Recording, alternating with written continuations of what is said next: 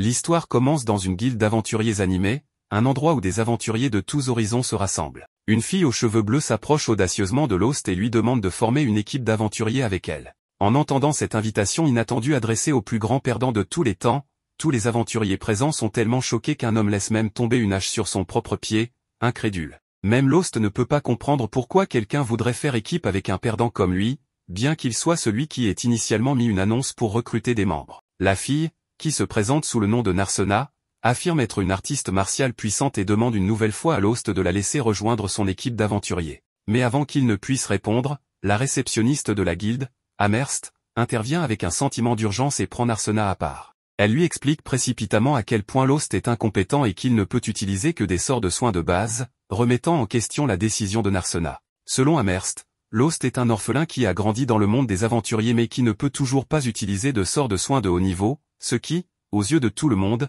fait de lui le plus grand perdant. Malgré cela, il a eu l'opportunité de rejoindre une équipe appelée l'Épée Foudroyante. Cependant, il a tellement échoué lors de son bref passage avec eux qu'il a été expulsé de l'équipe quelques jours seulement après. Sa réputation de raté est désormais bien connue, et personne ne veut qu'il rejoigne leur groupe. En plus de ses compétences médiocres, Lost est également fauché, ce qui est précisément la raison pour laquelle Amherst conseille strictement à Narsena de reconsidérer sa décision. Narsena, cependant, reste imperturbable face aux avertissements. Elle dit à Amherst de ne pas s'inquiéter et montre nonchalamment combien d'argent elle a sur elle. Amherst la prévient rapidement de ne pas étaler sa richesse en public, en insistant sur le fait qu'il y a trop de personnes mal intentionnées qui pourraient la prendre pour cible. Malgré ce conseil, Narsena ne semble pas trop préoccupée par sa sécurité. En fait, elle affirme qu'elle veut faire équipe avec Lost depuis longtemps. Elle renvoie la réceptionniste curieuse et retourne auprès de Lost pour reprendre leur conversation. Alors qu'elle est occupée, Ansam l'approche pour lui demander si Lost a décidé de rejoindre un nouveau groupe, mais elle révèle que Lost est trop incompétent pour... Pendant que Lost remplit le formulaire, Narsena admire son sérieux et sa détermination, laissant entendre qu'elle pourrait avoir un faible pour lui. Lorsque Lost lève soudainement les yeux vers elle, elle est surprise, révélant clairement son affection naissante. Après être officiellement devenue une équipe, Lost et Narsena se serrent la main, scellant leur nouvelle amitié dans un moment sincère. Ils traversent la ville de Marmont, où Lost mentionne que cet endroit est construit près d'un labyrinthe qui n'a pas encore été entièrement exploré. Ce fait intrigant explique pourquoi tant d'aventuriers se rassemblent ici, espérant percer ces mystères. Lost a l'idée de partir explorer ce labyrinthe avec Narsena, même si, quelques minutes plus tôt, la réceptionniste lui avait clairement demandé de ne pas mettre la jeune fille en danger tant qu'elle n'était pas devenue une aventurière expérimentée. Aux abords de Marmont, on trouve des orques dans les montagnes à l'est et dans les forêts au nord. Il y a également des serpents dangereux dans les marais au sud, et seulement quelques gobelins faibles dans les plaines de l'ouest, ce qui en fait un endroit parfait pour que les aventuriers débutants développent leurs compétences et gagnent de l'expérience. Toutefois, Lost ne pense pas que Narsena s'améliorera si elle va dans les plaines, et c'est pourquoi il insiste pour aller directement dans le labyrinthe, là où se trouvent les vrais défis. Il se dirige vers l'entrée du labyrinthe, et Narsena se porte volontaire pour prendre la tête, rappelant à Lost qu'elle est l'artiste martiale, la DPS du groupe, tandis que lui est le soutien, un simple soigneur. Avec une confiance qui se lit sur son visage, elle entre dans le labyrinthe et Lost la suit de près. Il se demande si elle a une quelconque expérience du combat, mais elle prouve rapidement sa valeur en éliminant une meute de gobelins, les frappant à mort avec une grande habileté. Lost récupère une pierre magique parmi les butins, qui peut être vendue à la guilde pour de l'argent bien nécessaire. Narsena demande curieusement à Lost pourquoi la guilde achète ces pierres magiques, et Lost lui explique que ces pierres contiennent de l'énergie magique que la guilde utilise à diverses fins, y compris pour améliorer ses propres capacités et fabriquer des objets puissants. Le duo récupère plusieurs de ces pierres magiques vertes, mais elles ne valent pas grand-chose car elles proviennent des monstres les plus faibles. Lost encourage donc Narsena à affronter des monstres plus puissants pour améliorer son niveau de compétence, et il décide de se rendre à l'étage suivant du labyrinthe à la recherche de défis plus grands. La fille insouciante manque de marcher sur un piège caché, mais Lost l'arrête juste à temps, lui évitant d'être transpercé par des dizaines de pointes acérées. Lost profite de cette occasion pour lui apprendre comment identifier les pièges, lui disant de toujours faire attention aux briques d'une teinte différente. Narsena est impressionné par les connaissances de Lost et lui demande s'il étudie beaucoup, car ce type de connaissances est généralement réservé aux aventuriers appartenant à la classe des voleurs. Lost explique que, comme il a travaillé pendant longtemps dans diverses capacités, il a fini par développer toutes sortes de compétences, dont certaines peuvent sembler inhabituelles pour un soigneur. Ces diverses expériences lui permettent d'être plus ingénieux que ce que les autres pourraient imaginer, ce qui étonne encore plus Narsena. En voyant un énorme orc, Lost et Narsena se cachent tandis que le monstre les cherche. Lost reconnaît qu'il s'agit d'un semi-orc, un monstre de niveau intermédiaire. Il décide d'attaquer ce gros monstre, et Narsena propose de l'accompagner. Voyant son enthousiasme, il accepte d'affronter la créature. Elle saute hors de leur cachette, laissant Lost derrière elle, et se prépare à attaquer. Elle bondit sur le monstre, réussissant à éviter son grand fouet avant de lui donner un coup de pied, mais le corps dur de la créature lui donne l'impression d'avoir frappé un rocher. Elle essaie de tirer parti de la lenteur du monstre, mais celui-ci la repousse violemment et s'apprête à en faire son dîner quand Lost intervient. Il coupe la main de la créature puante et lui transperce le cœur. Une fois le monstre éliminé, Narsena est ravie de voir à quel point les techniques de combat rapprochées de Lost se sont améliorées. Elle veut savoir s'il est vraiment le soigneur, mais il évite la question. Elle continue alors à parler de ses progrès au combat, tandis que lui s'inquiète de la blessure qu'elle a subie au bras pendant l'affrontement. Immédiatement, Lost tend les mains pour la soigner. Une lumière éclatante en sort, guérissant ses blessures sous ses yeux ébahis. Par la suite, ils sont impressionnés par la taille de la pierre magique de l'orque. Narsena pense que celle-ci vaut bien plus que celle d'un gobelin, et Lost suggère qu'ils retournent en ville puisqu'ils ont quelque chose d'aussi précieux. Mais Narsena, pleine d'énergie, assure qu'elle est prête à affronter encore plus de monstres. À cause de son enthousiasme, il décide de continuer à chasser. Plus tard dans la journée, après avoir abattu davantage d'orques et récupéré leurs pierres magiques, ils se rendent à la guilde des aventuriers pour les échanger. En arrivant, Amherst s'inquiète que Lost ait emmené Narsena dans le labyrinthe, car c'était risqué. Cependant, il lui informe que c'est Narsena qui avait insisté pour l'accompagner, ce qu'il avait accepté. Il lui montre ensuite les pierres qu'ils ont récupérées, et Amherst est ravi de voir autant de pierres d'orques, qui sont bien plus précieuses que d'autres pierres magiques. Elle leur demande s'ils veulent les échanger, et ils confirment. Heureuse, elle procède à l'échange, et sa joie surprend Lost. Ce n'est qu'à ce moment que Narsena l'informe que conclure un tel échange permet à Amherst d'augmenter son salaire. Quand Amherst leur remet le paiement pour la pierre, Lost est choqué jusqu'aux os. Il n'avait jamais imaginé qu'elle pouvait valoir autant, ce qui lui fait réaliser à quel point il s'était fait arnaquer auparavant. Apparemment, son ancien groupe l'avait trompé gravement. En réalisant cela, Narsena pense qu'il devrait déposer une plainte. Elle demande à Amherst si c'est possible, et celle-ci affirme qu'il devrait payer des frais pour cela. Ne voulant pas faire toute une histoire, Lost choisit d'être la personne la plus mature et de laisser tomber. En entendant cela, les deux filles décident de ne pas aller plus loin. Cependant, Amherst le presse de donner exactement la moitié des gains à Narsena, ce qui lui assure qu'il fera. Une fois l'accord conclu, les deux quittent Amherst tandis que Sam, le patron d'Amherst, fixe Lost du regard. Pendant ce temps, Amherst passe son temps à compter l'argent supplémentaire qu'elle a gagné, et elle le fait avec une grande joie. Alors qu'elle est occupée, Sam l'approche pour lui demander si Lost a décidé de rejoindre un nouveau groupe, mais elle révèle que Lost est trop incompétent pour être accepté par un quelconque groupe. Elle attire cependant son attention sur Narsena, qu'elle trouve très spéciale. Ce soir-là, Lost et Narsena arrivent chez Madame Meali pour louer une chambre. En entrant dans la zone du restaurant, ils sont accueillis par sa fille, qui semble beaucoup apprécier Lost. Cependant, lorsqu'elle voit Narsena, elle la regarde avec dégoût et demande si elle est le nouveau membre pathétique de son groupe. Lost est surpris d'apprendre que la nouvelle s'est répandue dans toute la ville. En réponse, elle lui dit que tout le monde en ville a appris à quel point il est incompétent, ce qui fait de lui un choix difficile pour tout membre de groupe. À ce moment-là, il demande une chambre pour la nuit, et la fille l'envoie voir sa mère. Quand Madame Meali voit Lost et Narsena, elle suppose immédiatement que les deux forment un couple et qu'ils sont là pour s'entraîner. Elle leur demande alors s'ils ne veulent qu'une seule chambre, et Lost décline rapidement l'offre, disant qu'ils auront besoin de chambres séparées. Apparemment, son instinct fraternel n'est pas en état de marche. De son côté, Narsena souhaite qu'ils obtiennent une seule chambre, car même si elle appelle Lost grand frère, cela ne la dérange pas de partager la même chambre avec lui si cela signifie qu'elle peut ressentir la présence de son grand frère à ses côtés. Avant que les deux ne se rendent dans leur chambre, Madame Meali leur propose de leur donner à manger. Après avoir mangé, ils se dirigent chacun vers leur chambre, se souhaitant mutuellement une bonne nuit. En entrant dans sa chambre, Narsena est toujours attristée que Lost n'ait pas accepté de partager la chambre avec elle. Elle se souvient de la première fois où ils se sont rencontrés, à l'époque, elle n'était encore qu'une petite fille avec des ecchymoses sur tout le corps. La voyant dans cet état, Lost l'avait soignée. Son geste généreux l'avait alors motivée à devenir une aventurière. Elle était convaincue qu'un jour, elle s'associerait avec lui, devenant ainsi son protecteur si le besoin s'en faisait sentir. Depuis, elle s'était entraînée dur et avait vu une opportunité parfaite de le retrouver lorsqu'elle avait appris qu'il avait été expulsé de son ancien groupe. Cela l'avait confortée dans l'idée de former un nouveau groupe avec lui.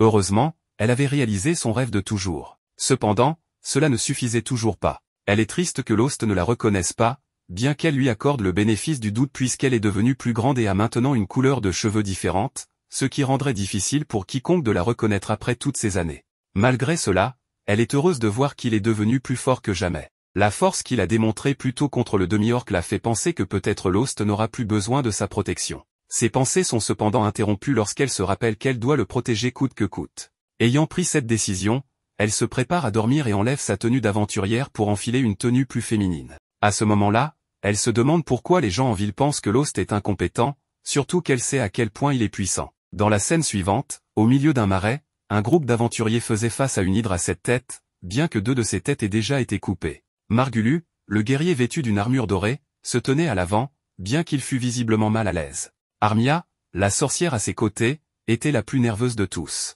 La voleuse du groupe, Saberia, était trop blessée pour continuer à combattre, tandis que Lost soignait ses blessures. Bien qu'il n'ait pas de remède pour la débarrasser du poison, il pouvait restaurer sa force physique pour l'aider à lutter contre celui-ci. La voleuse se plaignit que le guérisseur ne servait à rien, ce qui poussa le guerrier de première ligne à leur ordonner d'arrêter de se quereller et de retourner au combat si les soins étaient terminés. Cependant, les soins n'étaient pas complets, car Lost ne pouvait pas neutraliser le poison, comme il l'avait mentionné. Ils auraient dû apporter un antidote, mais leur chef avait jugé cela trop coûteux et avait choisi de ne pas en acheter. Malgré tout, il blâma Lost pour être un guérisseur inutile. À ce moment-là, l'hydre attaqua de nouveau, visant Margulu, qui bloqua l'attaque avec son épée et cria à Armia de lancer un sort. Armia lança une boule de feu, mais elle n'égratigna à peine la bête. Frustré par ses alliés, le guerrier les déclara tous inutiles. Ne voulant pas affronter la mission seul, il décida de battre en retraite, abandonnant ses compagnons.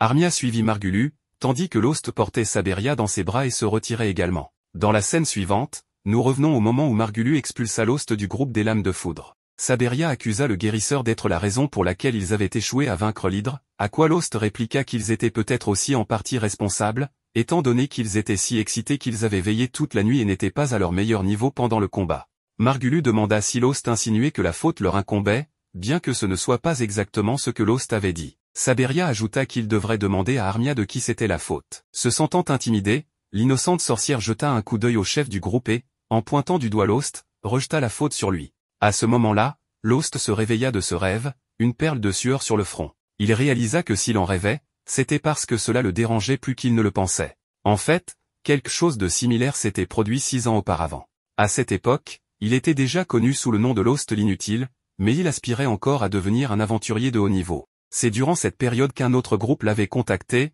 mais en réalité, il ne voulait pas d'un guérisseur, il voulait un appât vivant pour distraire les monstres. Pour un orphelin des labyrinthes comme Lost, ce genre de traitement était trop fréquent. Ce qu'il ne s'attendait pas, cependant, c'était que les monstres se retournent contre le groupe à l'origine de tous les problèmes et les éliminent. En sortant du donjon, Lost était traumatisé, n'ayant jamais été reconnu comme un véritable aventurier. Ce jour-là, il tomba sur une charrette renversée au milieu de la route, entourée de gobelins armés. Dans le chaos, il y avait une jeune fille sans défense, et le jeune homme se précipita à son secours sans réfléchir. Même aujourd'hui, il ne comprenait pas vraiment pourquoi il avait pris cette décision impulsive, il l'avait simplement fait. Peut-être était-ce parce que la vie d'un orphelin des labyrinthes n'avait pas beaucoup de valeur, mais s'il pouvait échanger sa vie pour sauver cette fille, alors sa mort ne serait pas vaine. C'était peut-être ce qu'il pensait pendant le combat. Cependant, il fut frappé à la tête et perdit connaissance. Quelques heures plus tard, lorsque la nuit était tombée, il se réveilla à côté de la charrette, entouré de la jeune fille et de chevaliers de l'ordre qui étaient venus à son secours et avaient terminé le travail. En d'autres termes,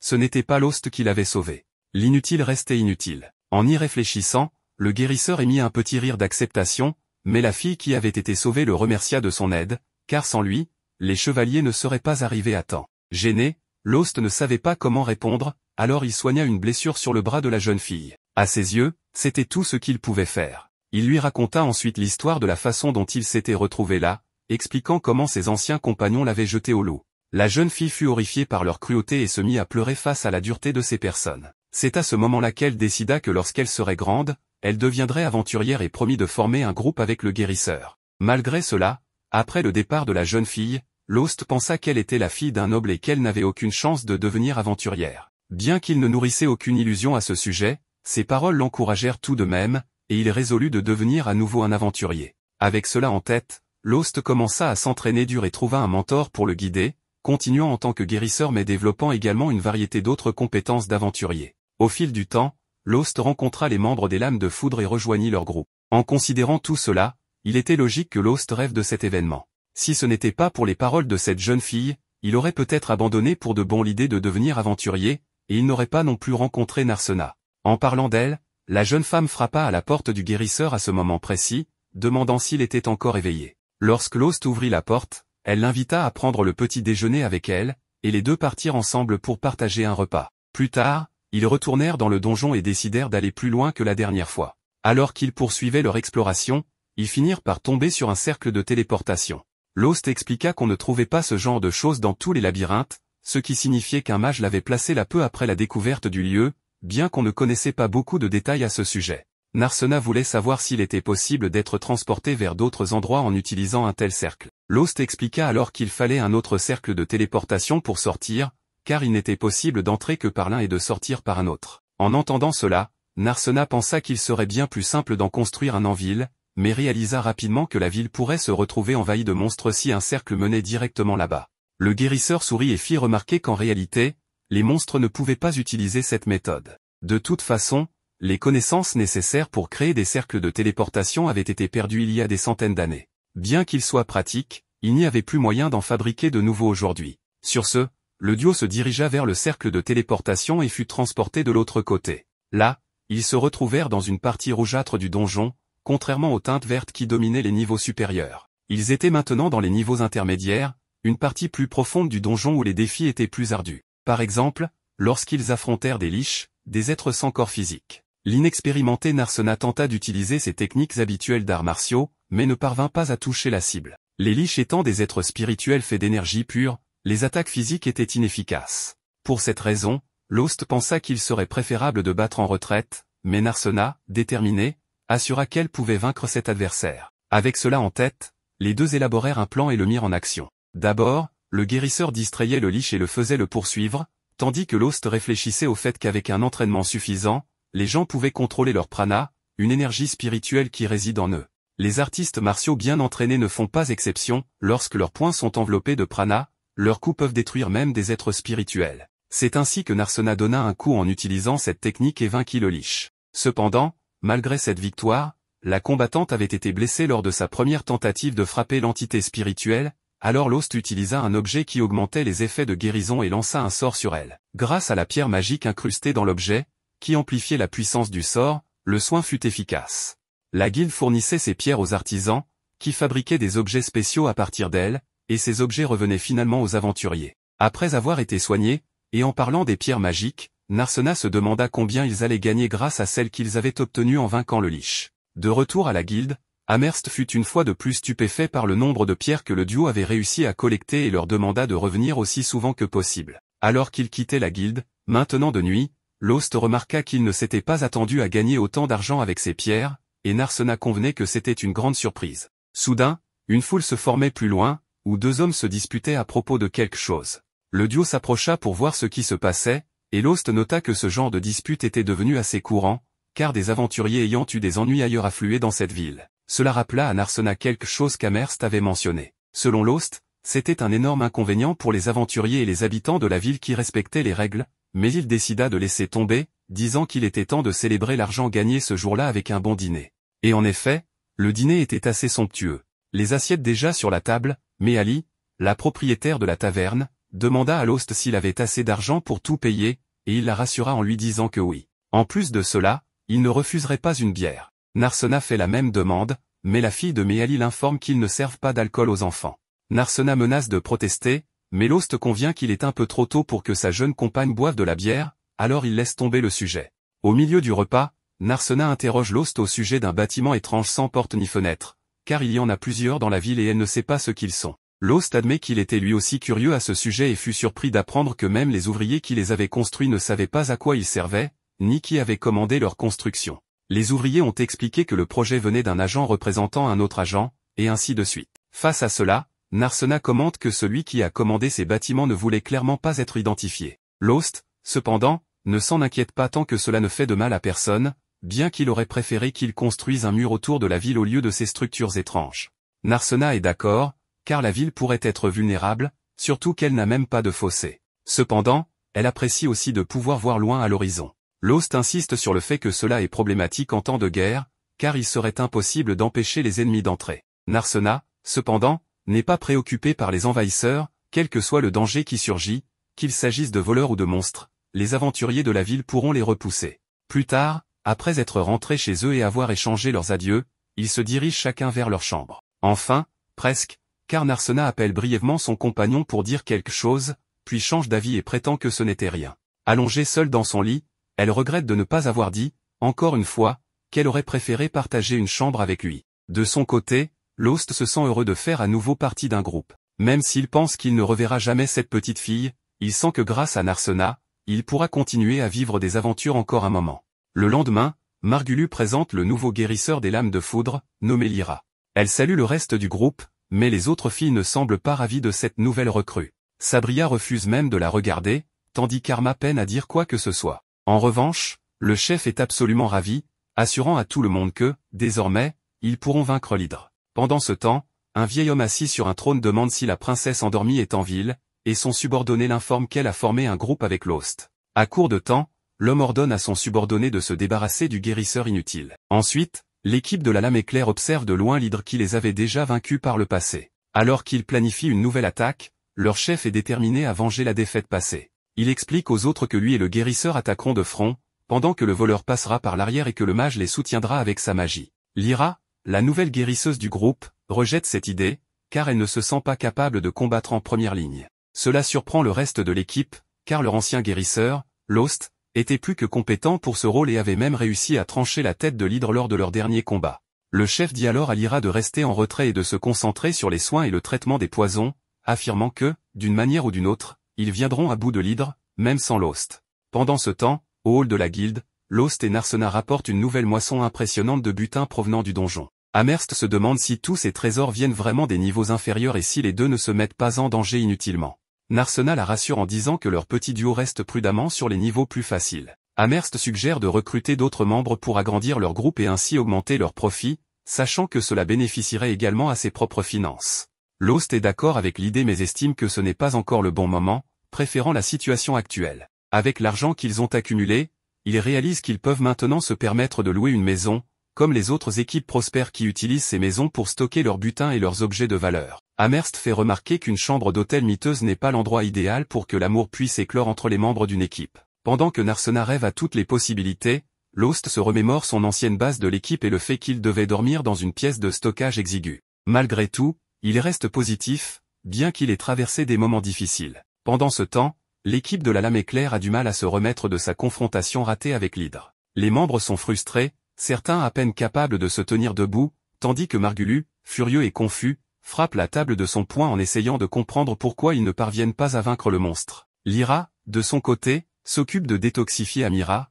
blessée, pendant que les autres se querellent. Ils commencent peu à peu à réaliser que Lost, leur ancien guérisseur, était peut-être plus utile qu'ils ne le pensaient, malgré ses plaintes constantes. Margulu décide d'aller retrouver Lost et de lui demander de revenir dans l'équipe. Il se convainc que personne ne pourrait refuser de rejoindre l'illustre équipe de la lame éclair. Un peu plus tard, Lyra est réveillée par Amira, qui se sent beaucoup mieux après avoir été soignée. En cherchant de la nourriture, elle découvre que Margulu et Siberia ont disparu, et elle se demande où ils ont bien pu aller. En réalité, les deux sont partis chercher leur ancien coéquipier. Margulu, sans la moindre honte, propose à Lost de rejoindre l'équipe, comme si c'était un cadeau, tout en riant et en prétendant que les mauvais traitements passés n'étaient qu'un simple malentendu. Il devient vite clair que Margulu a investi tout l'argent de Lost dans ses armures de pacotille, il enchaîne les excuses sur la mauvaise conduite de l'équipe envers leur ancien coéquipier et promet que les choses seront différentes désormais, allant même jusqu'à dénigrer la nouvelle guérisseuse, la qualifiant de femme inutile. À la surprise générale, Lost le remercie. Avant qu'il ne puisse dire un mot de plus, Narsena, qui a entendu toute la conversation, intervient, ne supportant plus la situation. La tension monte alors que Narsena refuse de laisser Margulu, qu'elle qualifie de manipulateur, lui voler son partenaire. Lost parvient à la calmer en expliquant qu'il apprécie l'offre mais qu'il n'accepte pas de rejoindre la lame éclair. Il n'a aucune rancune envers son ancienne équipe, mais il est satisfait avec son groupe actuel. Margulu n'en revient pas et accuse ouvertement Narsena de manipuler Lost, ce qui s'avère être une erreur fatale. Lost, autrefois calme, saisit Margulu avec fermeté et le met en garde, s'il ose toucher à Narsena, lui et la lame éclair le regretteront. Lost et Narsena quittent alors Margulu, frustré et légèrement ébranlé, qui ordonne à Amherst de lui trouver un nouveau membre d'équipe pour affronter l'hydre. Ils ont besoin de quelqu'un de fort et capable de tenir la ligne de front. C'est à ce moment qu'un mystérieux guerrier masqué se présente pour offrir ses services. Margulu, bien que méfiant, décide de tester l'inconnu en l'attaquant. Malgré les avertissements d'Amherst, qui rappelle qu'il est interdit de se battre dans le hall de la guilde, Margulu fonce tête baissée sur l'homme masqué. En un instant, le chef de la lame éclair est désarmé avec une facilité embarrassante. Le mystérieux bretteur, victorieux, révèle son nom, Shig, ce qui convainc Margulu de l'accepter dans l'équipe. Plus tard, Sheila frappe à la porte de Lost. Depuis sa chambre, Narsena s'inquiète que la visiteuse essaie de se rapprocher de Lost avant elle. Mais il s'avère que Sheila vient simplement informer le duo qu'ils ont des invités, Armia et Lyra, les deux membres de l'ancienne équipe de Lost. Inquiète de leur prochaine confrontation avec l'Hydre, elle lui demande de l'aide. Il était assez fort pour couper la tête du monstre la dernière fois, alors sa présence pourrait les aider à vaincre la bête sans que personne ne soit grièvement blessé. Narsena soulève un bon point en se demandant ce qui retient Armia et Lyra avec la lame éclair, étant donné que personne dans l'équipe ne semble heureux. Armia explique que malgré ses nombreux défauts, Margulius reste leur coéquipier, et qu'elle croit en la loyauté. Cette remarque exaspère Narsena, qui lui rappelle que Lost était également son coéquipier, et pourtant elle l'a maltraité. Submergée par la culpabilité, Armia fond en larmes et avoue qu'elle a suivi Margulius par peur d'être expulsée de l'équipe, la seule à laquelle elle ait jamais appartenu. Elle implore le pardon de Lost, et Lyra tente de convaincre ce dernier de la sincérité d'Armia, en se remémorant comment elle murmurait son nom pendant son sommeil empoisonné. Lost, fidèle à lui-même, réconforte Armia et accepte ses excuses. Il lui assure qu'il n'y a pas d'animosité entre eux, mais il reste ferme sur sa décision de ne pas rejoindre la lame éclair. Le moment douamer est interrompu par Miss Meali, la cuisinière, qui apporte un déjeuner extravagant, espérant remonter le moral de l'équipe, en particulier celui d'Armia, à qui elle recommande de prendre un peu de poids ou au moins de sourire davantage. Profitant de la distraction, Lost, Lyra et Narsena s'éloignent pour discuter en privé. Narsena conseille à Lyra et Armia de quitter leur équipe, mais Lyra explique que c'est plus compliqué que ça. Se rappelant les paroles de Margulius à propos de la nouvelle guérisseuse, Lost met en garde Lyra, si elle reste avec la lame éclair, elle risque de vivre des moments difficiles. Malgré cela, Armia refuse d'abandonner son groupe, et Lyra ne veut pas abandonner Armia, ce qui les place dans une situation délicate. De retour à leur base, Lyra est présentée aux nouveaux membres de l'équipe, et à sa grande surprise, elle le reconnaît immédiatement, malgré le masque de style fantôme de l'opéra. Elle l'appelle Zig, mais Margulius la corrige en affirmant qu'il s'agit de Shig, une personne totalement différente. Lyra, méfiante, exige des explications. Shig tente de jouer la carte de l'humour pour détourner la conversation, mais lorsque Lyra remarque que son épée a été volée et qu'elle appartient à un certain Ronaldo, Shig perd son sang-froid et explique qu'elle a hérité cette lame de son maître, révélant ainsi des incohérences dans son histoire. Bien que sa couverture soit compromise, Lyra abandonne l'affaire et laisse Shig continuer sa mascarade. Peut-être qu'avoir cet étrange personnage dans l'équipe ne sera pas une mauvaise chose, après tout. Alors que la tempête se profile à l'horizon, les deux groupes s'avancent vers l'inconnu, sans savoir ce qui les attend. Après avoir été sauvés par Narsena, Lost lui exprime sa gratitude pour son aide. Quant à la jeune fille, elle décide de continuer le travail, cependant, Lost décide de faire une pause lorsqu'il entend son estomac commencer à gronder. Il dit que, bien qu'elle puisse continuer, son estomac, lui, n'en pense pas autant. En entendant Lost rire de la situation, Narsena s'énerve, mais Lost l'invitait simplement à aller déjeuner. À ce moment-là, Narsena a accepté. Lorsqu'ils mettent la table, il remarque qu'il y a plus de nourriture que nécessaire pour 2 personnes, car le propriétaire de l'établissement leur a donné de la nourriture supplémentaire. Face à cela, Lost est un peu confus, mais il leur dit simplement de finir ce qu'il y a, car c'est déjà là. Pendant le repas, Lost explique un peu plus sur le monstre Hydre, qui est une créature très féroce et venimeuse avec un corps recouvert de muscles puissants. En entendant les détails sur ce monstre, Narsena prend peur et commence à s'inquiéter davantage pour Armia. Lost continue son explication et dit que l'hydre est très difficile à trouver n'importe où, car elle vit généralement seulement parmi les monstres de haut niveau. Selon ces informations, plusieurs méthodes ont été développées pour gérer les hydres, après de nombreuses études, y compris des moyens de traiter leur venin, qui peut être fatal dans la plupart des cas. Cependant, un antidote spécial a été développé pour traiter ce venin, et il est disponible à la vente à Marda. En entendant cela, Narsena se souvient que Mademoiselle Lyra n'a pas acheté cet antidote, ce qui la laisse complètement vulnérable. Lost explique que cet antidote est très cher, donc le seul espoir pour le groupe de Lyra est de compter sur leur magie de désintoxication. En entendant cela, Narsena baisse la tête avec une expression triste, mais Lost la réconforte et dit que l'habileté de Margulius à l'épée est très bonne, et demande donc à Narsena de ne pas juger le type uniquement sur son apparence. Quant à Saberia, Lost la décrit comme une guerrière agile et de premier ordre, de sorte que, malgré le grand nombre de têtes et le large champ de vision de l'hydre, Saberia est capable d'échapper à sa vue. Mais, en entendant Lost parler positivement du groupe, Narsena remarque qu'il a une opinion très favorable envers l'épée de l'éclair. Lost répond qu'il ne fait que dire la vérité sur le groupe. En continuant, Narsena remarque qu'il fréquente toujours le même labyrinthe, ce qui commence à la rendre malade. Elle suggère alors qu'il se dirige vers les marécages, qui ne sont pas très loin. Pendant ce temps, Margulius et les autres continuent de défier l'hydre, jusqu'à ce que soudainement, Margulius remarque que Shig a volontairement retenu son attaque après avoir coupé l'une des têtes de l'hydre. Shig explique qu'il a laissé cette dernière tête à Margulius pour qu'il la coupe, car il ne veut pas s'attribuer tout le crédit. Margulius, comprenant le fonctionnement des choses, se lance à l'attaque, mais échoue en tentant de s'approcher de l'hydre de front. Saberia commence à attirer l'attention du monstre de l'autre côté, permettant à Margulius de lancer ses attaques. Entre-temps, Armia continue de lancer des sorts contre le monstre, qui, bien que faibles, ne sont pas complètement inutiles. Au milieu du combat, l'hydre frappe Armia avec un rocher, interrompant complètement sa magie. L'hydre commence alors à s'approcher de la jeune fille, transformant sa peur en énergie. En voyant le mana généré dans cette zone marécageuse, tous sont confus, car ce type d'énergie ne devrait être généré que dans les profondeurs des labyrinthes. En observant les mouvements de l'hydre, Margulius remarque que le monstre fait quelque chose de suspect. Lyra explique que l'ennemi subit une sorte de mutation, qui se produit lorsqu'un monstre absorbe une grande quantité de magie. Avec son corps modifié par cette mutation, l'ennemi améliore ses capacités à un niveau surréaliste. Bien que Lyra soit au courant de ce phénomène, elle reste choquée de le voir se produire dans un tel environnement. Sheik demande alors à Lyra de s'occuper des blessures d'Armia et suggère de se retirer du combat. Cependant, Margulius refuse de reculer, surtout compte tenu du chemin déjà parcouru. Il rassure même Lost en disant qu'il est également capable de couper la tête d'une hydre. Après ces paroles, Margulius attaque l'hydre de toutes ses forces, mais son épée se brise en deux. Le monstre contre-attaque, mais Lost arrive juste à temps pour le sauver. À ce moment-là, Sheik se rend compte que Lost est un guérisseur, et lui dit de laisser ce combat aux autres et d'aller s'occuper d'Armia. En examinant la santé de la jeune fille, Lyra dit qu'il est encore trop tôt pour savoir si elle ira bien, et que le fait qu'elle soit une mage la rend plus tolérante à la magie, ce qui diminue l'effet des sorts de guérison sur elle. Malgré cela, Lost se précipite pour utiliser sa magie curative sur elle. En voyant Lost utiliser un sort de guérison basique, Lyra commente que ce sera comme essayer de nettoyer de la glace, étant donné l'état dans lequel se trouve la jeune fille. Néanmoins, Lost persiste et continue d'appliquer sa magie à plusieurs reprises, en superposant les sorts les uns sur les autres. Cependant, Lyra affirme que cette stratégie ne mènera à rien, car on ne peut pas guérir un rhume simplement en augmentant la dose de médicaments. Et en entendant cela, Margulius dit qu'il n'a jamais eu de rhume, donc il ne comprend pas exactement ce que cela signifie. Lyra continue de se plaindre de la stratégie de Lost, car elle n'a jamais entendu parler de quelqu'un qui superpose des sorts de guérison.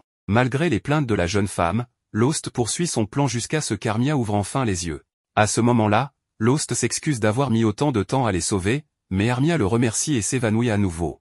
À ce stade, Narsena s'inquiète pour la jeune fille, mais Lost explique qu'elle s'est simplement endormie. Pendant ce temps, Sheik remarque que l'hydre semble appeler Lost à la rejoindre. En entendant cela, Narsena propose de l'aider dans ce combat. Bien qu'il accepte sa participation, Lost lui conseille de faire attention à ses limites et, si les choses deviennent trop dangereuses, de se retirer immédiatement. Quant à Margulius et les autres, ils décident de rester en dehors du combat, laissant tout entre les mains de Lost, Narsena et Sheik. En observant le combat, Margulius trouve étrange que l'épée de Sheik ne se casse jamais. Lyra explique qu'il porte une épée magique, en l'occurrence une épée légendaire qui renferme un grand pouvoir. En entendant cela, Margulius est encore plus curieux de connaître la véritable identité de Sheik. Entre-temps, Narsena subit une attaque de l'hydre qui la laisse inconsciente au sol. L'hydre prend alors la jeune femme en otage et appelle uniquement Lost pour l'affronter. En voyant cette scène, tout le monde est confus, car il ne s'attendait pas à un comportement aussi intelligent de la part d'un simple monstre. Lyra explique que lorsque le monstre mute, son intelligence et sa perversité évoluent en même temps que son corps. Lost demande alors à tous ceux qui sont présents de rester en dehors du combat, car il répondra à la demande de l'hydre. Après quelques secondes de lutte, Lost finit par être vaincu et tombe presque inconscient. Cependant, il reprend ses forces et se relève avec une mystérieuse aura bleue autour de lui. En voyant cette expression différente sur son visage, tous sont déconcertés.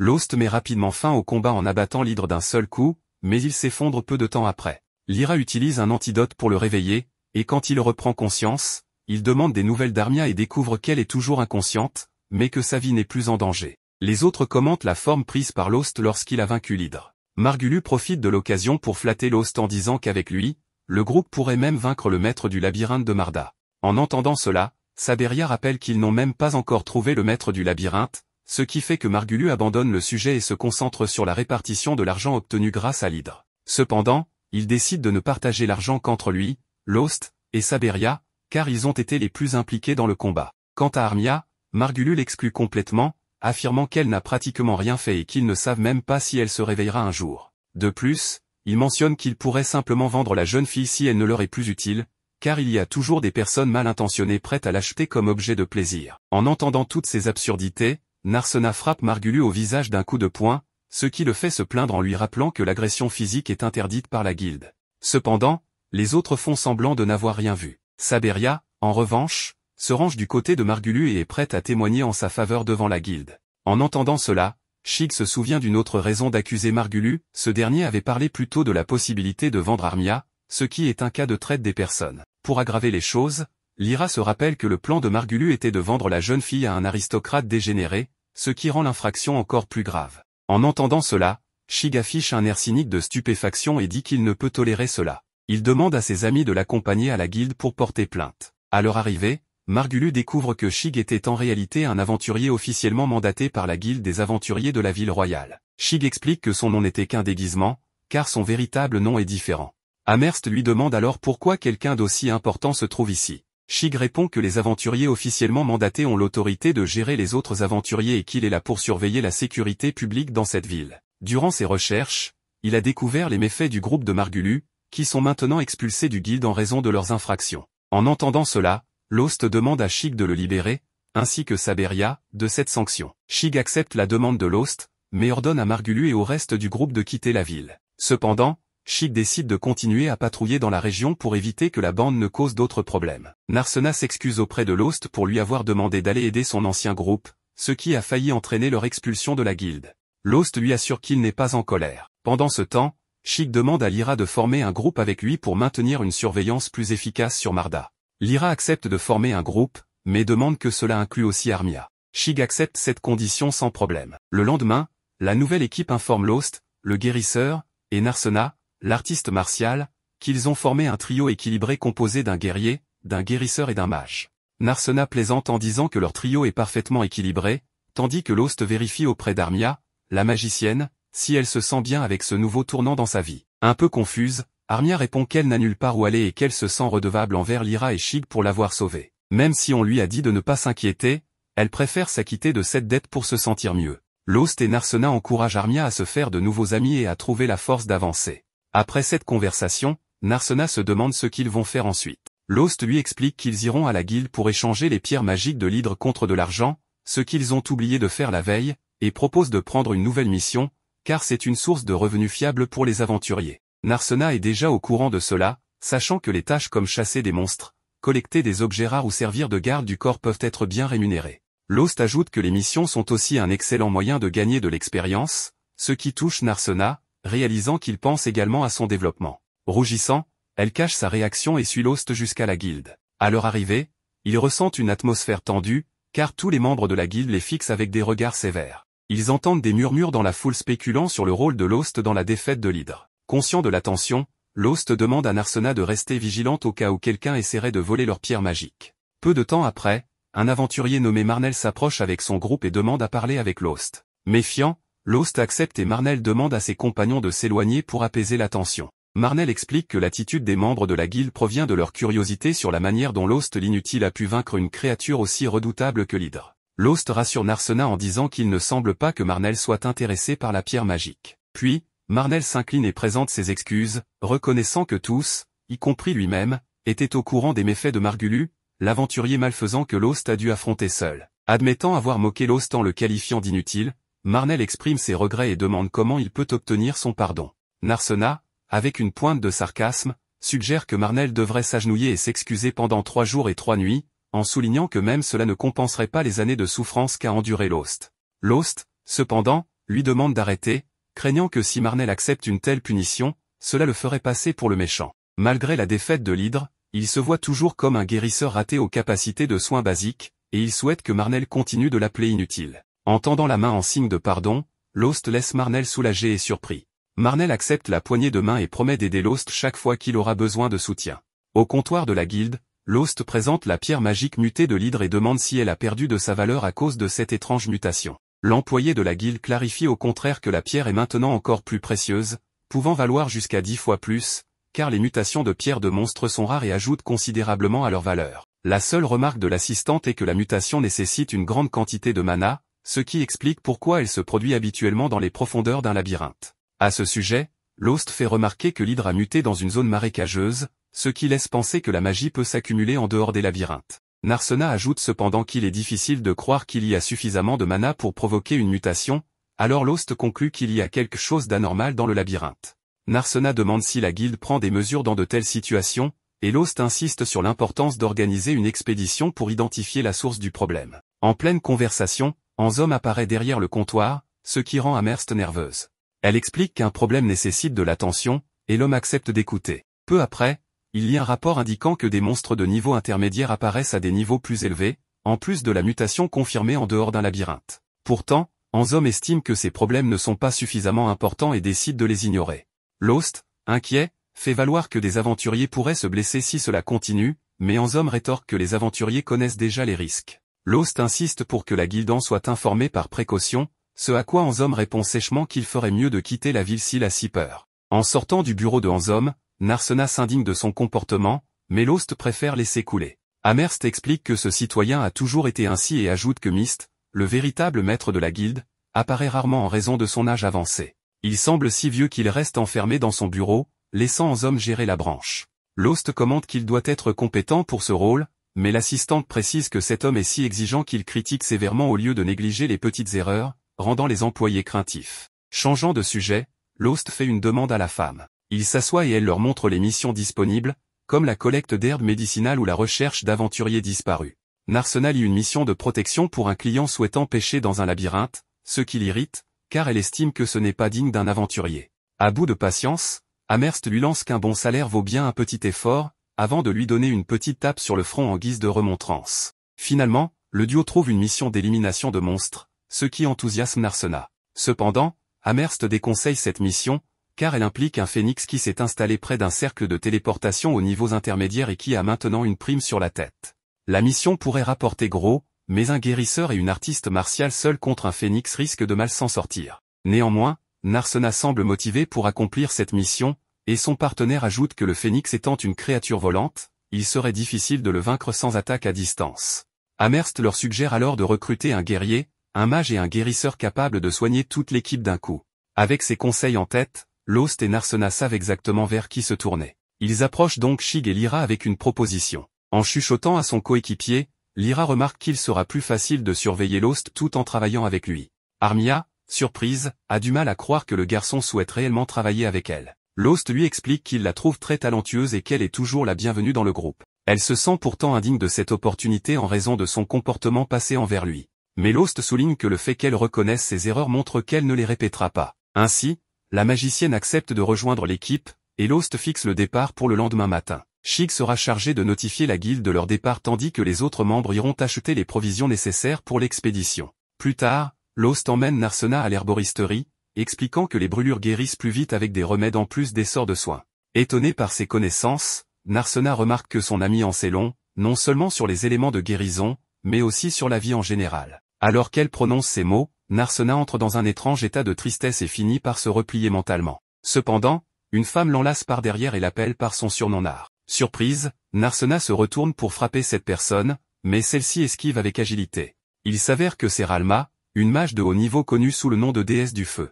Narsena est stupéfaite car cela fait des années qu'elles ne se sont pas vues. Ralma a accepté la demande du père de Narsena de veiller sur sa fille, puisque cette dernière a soudainement quitté la maison, comme si elle fuyait. En observant Lost, la mage soupçonne que ce jeune homme pourrait être la cause de cette fuite. Lost réagit en disant qu'il est heureux de revoir son ancienne maîtresse, ce qui laisse Narsena sans voix. Les trois se retrouvent dans une taverne, où Lost explique qu'il y a eu un moment où il a étudié sous la tutelle de Ralma. Pendant ce temps, Narsena connaît Ralma parce qu'elle est une vieille amie de son père. La mage demande au guérisseur de quitter la table pour discuter de sujets personnels avec Narsena, mais le jeune homme refuse, affirmant qu'il fait partie du groupe avec elle et qu'ils se font mutuellement confiance. De plus, il devine que Ralma a peut-être reçu pour mission de ramener Narsena chez elle contre sa volonté. Pour prouver qu'il n'est plus le même étudiant d'autrefois, il esquive une boule de feu lancée par son ancienne maîtresse. Lost parvient à convaincre Ralma qu'il peut rester à la table. Narsena explique alors qu'elle n'a pas fui la maison, elle était simplement pressée et n'a pas eu le temps de prévenir ses parents,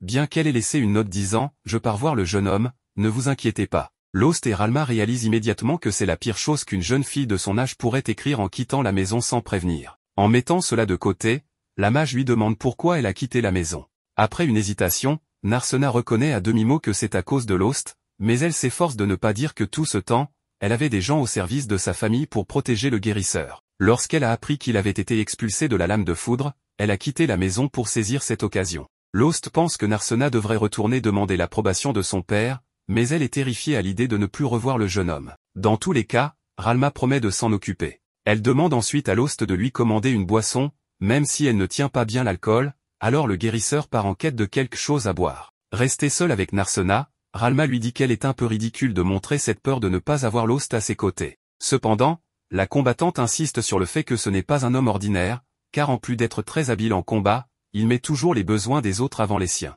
Narsena, se considérant comme un fardeau pour Lost, admet qu'en réalité, c'est elle qui a été aidée par lui. À ce propos, Ralma révèle que Lost n'était pas comme cela auparavant, et qu'il est devenu quelqu'un de respectable grâce à Narsena, allant même jusqu'à défier la mage elle-même pour protéger son ami. Sur ces mots, Narsena quitte la taverne, plus heureuse, en compagnie de Lost, tandis que la déesse du feu annonce qu'il est temps de s'occuper de sa véritable mission. Elle se rend donc à la guilde, où se trouve le bureau du maître de la branche, Mist, pour découvrir ce qu'il prépare. Le lendemain, le groupe se rassemble pour l'expédition. Sheila leur remet un panier de provisions et demande si le phénix est très puissant.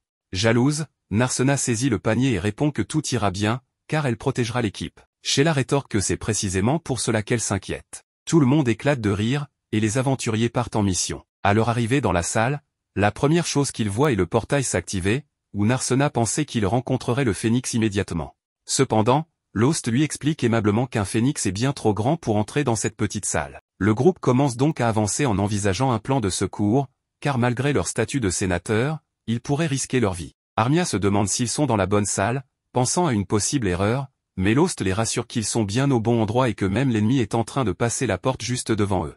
Malheureusement pour eux, cette porte n'avait jamais été explorée et marquait l'entrée d'une nouvelle zone. Cela fit sourire les jeunes, car une nouvelle zone signifiait non seulement être les premiers à entrer, mais aussi les premiers à trouver de nouveaux trésors, potentiellement de grande valeur. Cependant, Shig leur rappelle qu'ils ne sont pas là pour explorer sans raison, bien que Lost, en fouillant, découvre des restes d'aventuriers totalement incinérés, datant de quelques jours seulement.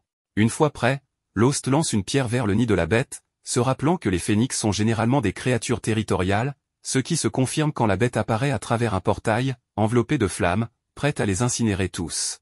Mais avant le combat, nous revenons à Amherst, quelque peu inquiète pour ses amis. Ralma entre dans l'établissement, et Amherst se dirige rapidement pour accueillir sa nouvelle amie, ce qui surprend Ralma, peu habituée à voir un groupe aussi attaché à ses membres. Avec un sourire, Amherst confirme qu'elle a toujours été aimable, mais bien sûr, pas sans raison, car elle gagne beaucoup d'argent grâce à leur mission. Cela révèle le côté matérialiste de la secrétaire, qui examine Ralma de la tête aux pieds, remarquant ses accessoires coûteux. Amherst en déduit qu'elle pourrait lui assigner une mission particulièrement difficile, mais est surprise lorsque Ralma dit vouloir rencontrer le président des aventuriers. Selon la secrétaire, cela serait impossible sans rendez-vous, mais la rousse insiste, car ils se connaissent depuis longtemps, sans cacher son envie de le tuer sur le champ. Amherst refuse, criant au milieu de la guilde qu'il serait insensé de laisser quelqu'un voir le chef pour le tuer. Ne voyant plus d'autre option, Ralma commence à invoquer des sorts pour attaquer, mais Ansam l'arrête, expliquant qu'il n'était pas nécessaire d'aller jusque-là. Il révèle à tout le monde dans la salle qu'ils sont en présence de la déesse du feu elle-même, qui, si elle le souhaitait, pourrait incinérer toute la ville en quelques secondes, ce qui laisse Ralma quelque peu satisfaite de parler avec quelqu'un qui la respecte. Dans un changement de scène, on retrouve le phénix, qui, pour une raison inconnue, n'a pas attaqué tout ce temps. Selon Narsena, c'était parce qu'ils étaient trop bas, les obligeant à attaquer depuis les airs pour l'atteindre. Lost, sachant manier l'arc, envisage de tenter quelques tirs, mais le phénix profite d'un moment de distraction pour viser Narsena. Sans l'intervention de Lost, cela aurait pu très mal tourner. Lost trouve que cette attaque sournoise n'est pas digne d'une créature légendaire. Plus loin, Ansam se demande si on va encore lui reprocher l'affaire de l'hydre qui avait évolué toute seule, comme un incident similaire dans le passé, ce qui attise la curiosité de Ralma. Ansam ne nie pas qu'il leur avait suggéré de partir s'ils avaient trop peur. Ralma n'était pas là pour discuter de futilité et, étant donné le temps écoulé depuis sa dernière visite, elle est préoccupée par les bandes de malfrats dans la région. Elle cherche à savoir pourquoi ils n'ont pas été expulsés depuis longtemps. Ansam rejette l'accusation, laissant Ralma penser qu'ils pourraient être liés aux étranges constructions à la périphérie de la ville. Étonnamment, Ansam affirme qu'il ne sait pas non plus pourquoi elles sont là, affirmant que c'est une affaire privée, extérieure à la guilde. Pourtant, Ralma est persuadée, grâce à son intuition, qu'il ment sur le sujet. Et si l'on compte que tous les labyrinthes sont gérés par cette guilde, cela rendait la situation encore plus étrange. Il est en fait facile de contrôler tous les labyrinthes, mais on ignore pourquoi ils construiraient une structure géante sous les yeux de tous. Ansam continuait à faire l'ignorant, affirmant ne remplir que les fonctions de son supérieur, mais Ralma voulait des réponses immédiatement. La construction et l'envoi de brutes étaient ridiculement évidents, et demander à un aventurier de quitter la ville juste sur une simple suggestion paraissait puérile pour une personne d'un tel rang, comme s'il s'agissait d'un problème d'avoir des aventuriers dans les environs. Avec son esprit de Sherlock Holmes, Ralma pensa que cette structure servait peut-être de base pour un rituel, et que les brutes étaient là pour accomplir ce qu'on appelait l'élévation du labyrinthe. Dans une autre scène, on voit le phénix qui ne cessait de lancer des attaques partout. Même si cela semblait mal visé, Shig savait que cela finirait par créer un océan de flammes autour d'eux. Lyra commençait même à avoir du mal à respirer, et pour Narsena, ces attaques paraissaient stratégiques. Cependant, Lost lui rappela que n'importe qui, à 5 contre 1, utiliserait une telle tactique pour se défendre. Shig, de son côté, fut surpris de voir un monstre agir ainsi, se disant que cela pouvait aussi être un instinct naturel. Le phénix avançait rapidement vers eux, et Shig ordonna à Armia d'utiliser un sort d'eau pour viser les ailes de la créature. Bien qu'il soit fait de feu, ses ailes fonctionnaient comme celles d'un oiseau normal, et l'eau affaiblirait sûrement sa puissance, ce qui donnerait à Shig suffisamment de distance pour achever le travail. Pour encourager Armia, Narsena lui promit de la protéger avec l'aide de Lost pendant qu'elle lançait son sort. Leur plan mis en place, Shig, Lost et Narsena attirèrent l'attention du phénix, permettant ainsi à la jeune fille de lancer son sort en toute tranquillité. Lyra comprenait que malgré tout ce qui s'était passé, la petite fille avait l'impression que son équipe doutait d'elle et espérait qu'Armia lui accorderait davantage de confiance après cet événement. Armia lança alors une flèche d'eau avec une telle force qu'elle transperça la bête. Pendant qu'elle tombait, Shig lui asséna un coup d'épée, mais cela ne suffit pas pour la vaincre. De retour à Ansam, ce dernier continuait à nier toute implication dans l'élévation du labyrinthe, mais Ralma, insistante, soupçonnait que tout menait à cet événement. La ville était en manque de mana, et le monstre, récemment évolué sans une structure de chambre traditionnelle, rendait cela encore plus suspect. À la suite de ce combat, le phénix commença soudainement à muter, augmentant de taille, de puissance, et son feu changea de couleur, ce qui étonna Narsena, qui n'avait jamais vu une double évolution aussi rapide. Armia réalisa alors que survivre à 2 évolutions de monstres était irréaliste, et la peur s'empara d'elle. Lyra, consciente qu'un manque de concentration pourrait donner du mana au phénix, tenta de se reprendre. Quand le phénix s'approcha, elle se paralysa, mais Shig la protégea en bloquant l'attaque, tenant promesse de toujours veiller sur elle. Encouragée, la jeune fille rassembla ses forces pour un dernier sort. Ralma, après avoir constaté l'inutilité de sa conversation avec Ansam, examina les installations mystérieuses avec son feu et remarqua qu'elles étaient faites d'un matériau étrange, confirmant ses soupçons. Entre-temps, le phénix, frappé par Narsena, ne fut pas blessé, et Lost la défendit courageusement jusqu'à ce que son épée se désintègre sous la chaleur. Lyra utilisa un sort de guérison pour donner un dernier coup de pouce à la jeune fille, qui lança alors une nouvelle flèche, mais cette fois de glace, 10 fois plus grande, qui coupa l'aile du phénix.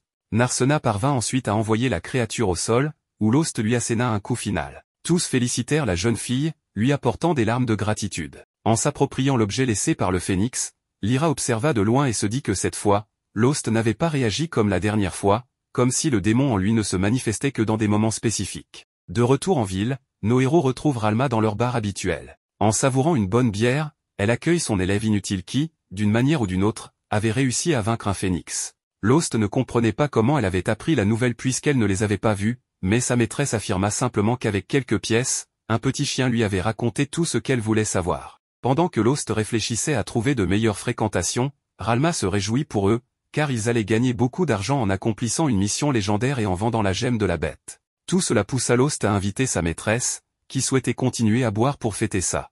Au milieu du repas, la rouquine remarqua que sa viande était l'une des moins chères du marché, et quand Sheila apparut pour les servir, elle quitta la table, offensée d'un simple regard. En réalité, Ralma ne voulait offenser personne, mais elle savait que comparée à la nourriture du palais, celle-ci devait vraiment être fade. Cette dernière remarque surprit tout le monde à la table, alors Ralma expliqua que Narsena était la future comtesse d'Analestria. Cette révélation surprit tout le monde, y compris Lost, qui découvrait que la jeune femme qui l'avait encouragé des années auparavant continuait à jouer ce rôle dans sa vie. Pendant ce temps, Ansam informait son maître de la 2e évolution du phénix et mentionna que la déesse du feu se mêlait des affaires de la ville. L'ancien espérait qu'Ansam résoudrait rapidement ce dernier petit problème. À ce moment précis, nous voyons que nos protagonistes reçoivent très peu d'argent, ce qui provoque la colère de Narsena. Pour elle, cette misère, en échange d'une pierre magique de phénix, était une véritable insulte, surtout compte tenu de la difficulté qu'ils avaient eu à vaincre cette créature, qui, en plus, était mutée. Bien qu'Amherst n'appréciait pas non plus la somme, Narsena insistait sur le fait qu'elle avait été celle qui les avait motivés à partir en premier lieu, et elle refusait d'accepter une telle misère. Amherst, de son côté, voulait que Narsena voie au moins ce qu'ils avaient reçu avant de se plaindre. En ouvrant la bourse, ils découvrirent qu'on ne leur avait pas remis les habituelles pièces d'argent, mais de magnifiques pièces d'or. Si cela avait été des pièces d'argent, il leur aurait été impossible d'en transporter autant. Cela gonfla l'ego d'Amherst, qui se moqua des jeunes d'aujourd'hui, les trouvant mal élevés. Lost n'eut alors d'autre choix que de donner un généreux pourboire à celui qui leur obtenait toujours les meilleurs prix. Cependant, Amherst remarqua que Lost semblait étrange. Cherchant à savoir ce qui n'allait pas, Narsena affirma immédiatement que ce n'était rien. Mais, au fond, elle savait que son secret, le fait d'être une princesse, l'avait affectée. Dans la ville, un spectacle racontait aux enfants l'histoire d'un terrible dragon qui avait terrorisé la cité pendant 200 longues années, jusqu'à ce qu'un héros apparaisse pour les sauver. De retour à Lost, il mangeait comme d'habitude avec sa compagne, mais son comportement restait inhabituel. Pour rompre le silence, Narsena proposa de louer, enfin, des maisons séparées, car ils avaient suffisamment d'argent pour tenir un moment. Cette proposition surprit Lost. Néanmoins, sa compagne tenait à le faire, Amherst ayant recommandé un endroit plus luxueux en guise de récompense. Bien que l'idée ne déplût pas complètement à Lost, il voulut savoir si l'auberge de Meali avait quelque chose qui déplaisait à Narsena. Celle-ci affirma qu'il s'agissait d'un lieu confortable, avec de bons repas, bien que parfois bruyant à cause de l'affluence. En réalité, Narsena voulait un endroit tranquille pour discuter longuement avec Lost, sans interruption, en buvant quelque chose de chaud et en regardant le feu la nuit. Elle souhaitait évoquer leurs nombreuses aventures et renforcer leurs liens. Peut-être,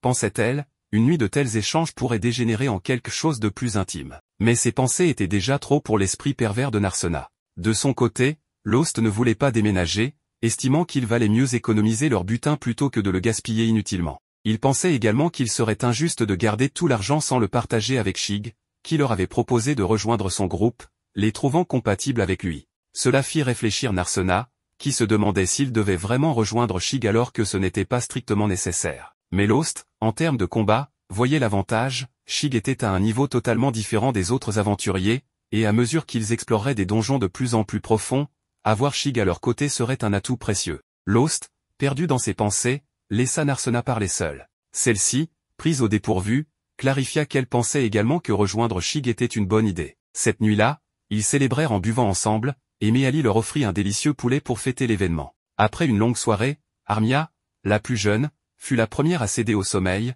et Lyra s'occupa d'elle. Avant de partir, elle rappela à Shig d'essayer de devenir ami avec Lost maintenant qu'il était dans leur groupe. Narsena profita de l'occasion pour avoir une discussion entre filles avec Lyra. Elle lui confia avoir tenté de convaincre Lost qu'ils devraient vivre ensemble, mais qu'il avait immédiatement refusé. Narsena se demandait même si Lost lui en voulait de lui avoir menti pendant tout ce temps. Lyra jugea cela peu probable, affirmant qu'il était évident que Lost tenait beaucoup à elle. Elle supposa plutôt que Lost était simplement timide ou lent à comprendre ce genre de choses. Chaque homme ayant sa propre personnalité, peut-être que Narsena devrait apprendre à mieux le connaître pour se rapprocher de lui. Ces paroles redonnèrent à Narsena un nouvel espoir, laissant son imagination s'envoler à nouveau. Il était évident qu'il avait la déesse de l'amour en face de lui, surtout avec cette allure de femme mûre qui semblait avoir vécu 1000 relations. Cependant, Lyra était persuadée que ce n'était qu'une impression, car si elle avait eu autant de relations, elle n'aurait pas à travailler aussi dur. Revenant à Shig, celui-ci affirma qu'il n'était pas contre l'idée de vivre dans une maison séparée avec Narsena, mais Lost ne comprenait toujours pas pourquoi elle le souhaitait. Shig supposa alors qu'elle tenait beaucoup à lui et que la rejeter pourrait lui briser le cœur, à moins qu'elle ne le déteste encore pour ce qui s'était passé récemment. Lost déclara qu'il ne la détestait pas du tout, ajoutant qu'elle avait été la première à l'encourager à poursuivre sa vie d'aventurier alors qu'il était au plus bas. Pour lui, il était impensable de la détester, car elle avait joué un rôle crucial dans son retour à une vie meilleure. Shig, surpris, avoua qu'il pensait qu'il lui en voulait encore. Il posa alors une seconde question, est-ce que Lost aimait Narsena? La réaction embarrassée de Lost, devenu rouge comme une tomate, montra clairement qu'il avait du mal à exprimer ses sentiments. Lyra expliqua que Shig avait toujours eu ce problème, en racontant comment elle avait rejoint son équipe des années auparavant. Étant très jolie, beaucoup d'hommes la harcelaient et certains rejoignaient même l'équipe de Shig uniquement pour se rapprocher d'elle. Ces confidences nocturnes réveillèrent Armia, intriguée par l'histoire. Lyra raconta qu'un jour, alors que Shig était absent, un de ses coéquipiers avait failli lui faire des avances déplacées. Heureusement, étant forte, elle s'en était sortie sans problème. Quand Shig revint, l'affaire était close pour tout le monde, sauf pour lui. Après avoir corrigé l'individu, Shig disparut mystérieusement sans dire un mot. Plus tard, il expliqua qu'il n'avait pas su comment réagir, ce qui l'avait poussé à s'éloigner. Par le hasard de la vie, ils s'étaient retrouvés, et malgré tout, Lyra ne lui en voulait pas. Lors d'une discussion avec ses amis, Lyra admit que l'attitude de Shig l'avait frustrée, mais elle n'avait jamais été en colère contre lui. Pendant ce temps, Sheila, qui observait à distance, nota que Shig semblait plaire à Lyra. Revenant à Shig, celui-ci déclara qu'il serait absurde de nier ses sentiments. S'il aimait Narsena, il ferait mieux d'accepter de vivre seul avec elle. Lost, touché par le fait que Narsena ait proposé de vivre avec lui, confirma cependant qu'il devait encore clarifier quelque chose. Avant qu'il ne puisse expliquer, Amherst apparut pour demander une bière et mentionna que son enquête était terminée. Amherst souligna que son travail de recherche était individuel et que Shig n'avait pas à se mêler de ses affaires. Mais comme il faisait maintenant partie de la même équipe, cela importait peu. Il poursuivit avec des détails sur son rapport, évoquant Narsena, fille unique de la comtesse Anna Lestoria, et comment sa carrière d'aventurière rendait sa vie dangereuse pour son peuple. Shig expliqua qu'il avait rencontré des aventuriers ayant des talents variés, y compris d'excellents médecins. Mais une princesse, c'était une toute autre histoire. Lost demanda alors si sa famille approuvait son choix de vie. D'après Amherst, son père avait pardonné Narsena à cause d'un événement important. Narsena révéla que ses cheveux n'étaient pas naturels. Elle avait été blonde, comme le reste de sa famille, mais un jour, elle avait décidé de les teindre. Ce détail n'avait aucun sens pour Lyra, mais Armia trouvait que c'était une belle couleur et qu'il n'y avait pas lieu de s'inquiéter. Ce changement de couleur avait empêché Lost de reconnaître Narsena comme la petite fille qu'il avait connue. Cependant, ce fut aussi la raison pour laquelle son père ne s'était pas opposé à son choix de vie. Selon Shig, ce changement signifiait qu'elle ne vivrait peut-être pas longtemps, ce qui avait conduit sa famille à vouloir qu'elle profite pleinement de sa vie. Shig partagea une ancienne histoire à ce sujet, mais avant qu'il n'en dise plus, Amherst mentionna que ceux capables de frapper un phénix à main nue ne partiraient pas facilement dans l'au-delà. Son rapport spécial terminé, il fallait remettre l'argent. Pour Shig, cela semblait exagéré, mais Lost était prêt à payer pour en apprendre davantage sur Narsena. Shig continua à partager du vin avec son nouvel ami. De son côté, Narsena, en tant que princesse aux cheveux magiques et aventurière, vivait un amour d'enfance que ses amis avaient du mal à comprendre. Quand vint le tour de Lyra de régler ses propres problèmes, elle alla voir Shig pour avoir un moment à deux. Elle lui avoua avec embarras vouloir être sa compagne de vie, ce qui surprit le chevalier. Il répondit qu'il y réfléchirait, une réponse maladroite mais pas totalement déplacée vu sa personnalité. Lyra, sans attendre, déclara qu'elle voulait juste bien s'entendre avec lui pour toujours, ce que Shig accepta aussi.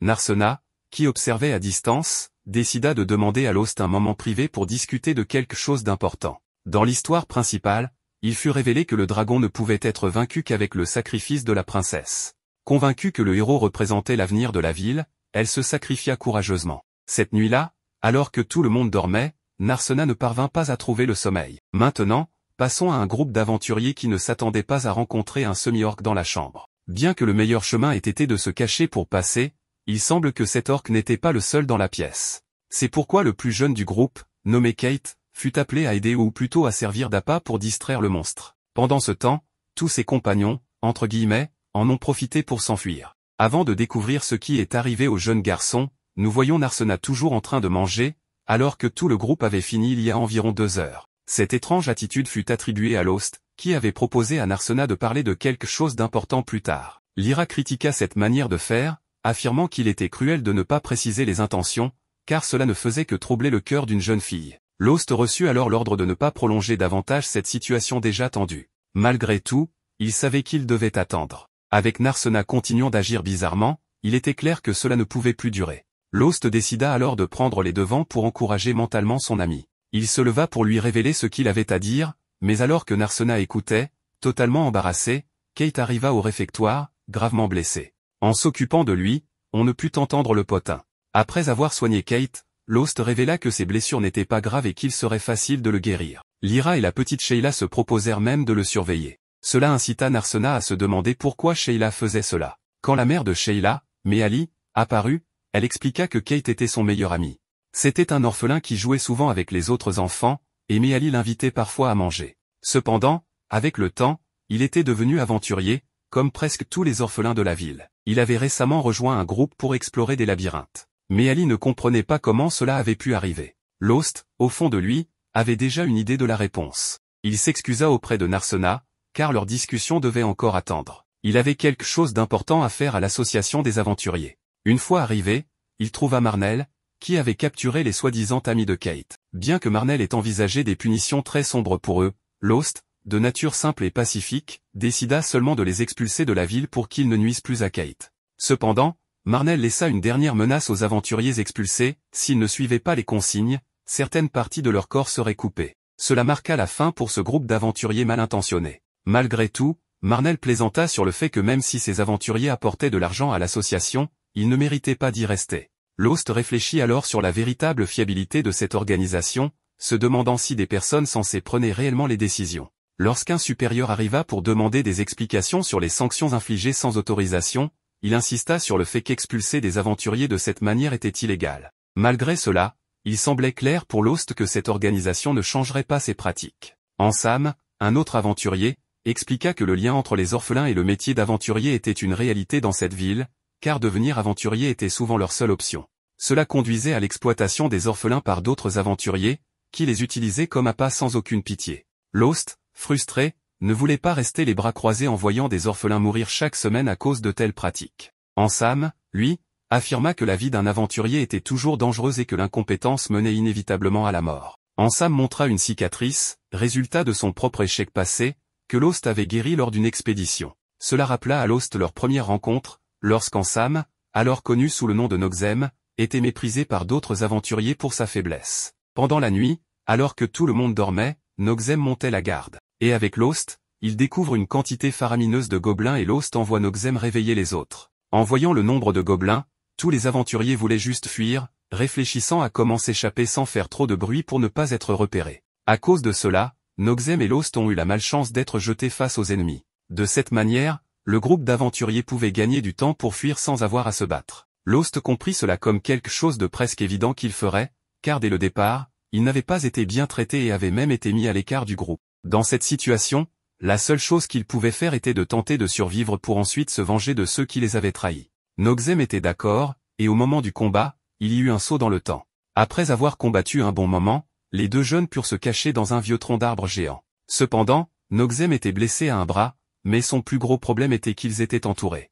Le jeune pensait même que, s'il avait été plus fort, un autre aurait pu servir d'appât, et lui serait en vie, loin d'ici. Pourtant, Lost affirma qu'il ne croyait pas que le groupe qui les avait trahis soit encore en vie, car peu de gens savent que, lorsqu'ils attaquent en groupe, les gobelins choisissent toujours des ennemis avec de nombreux alliés.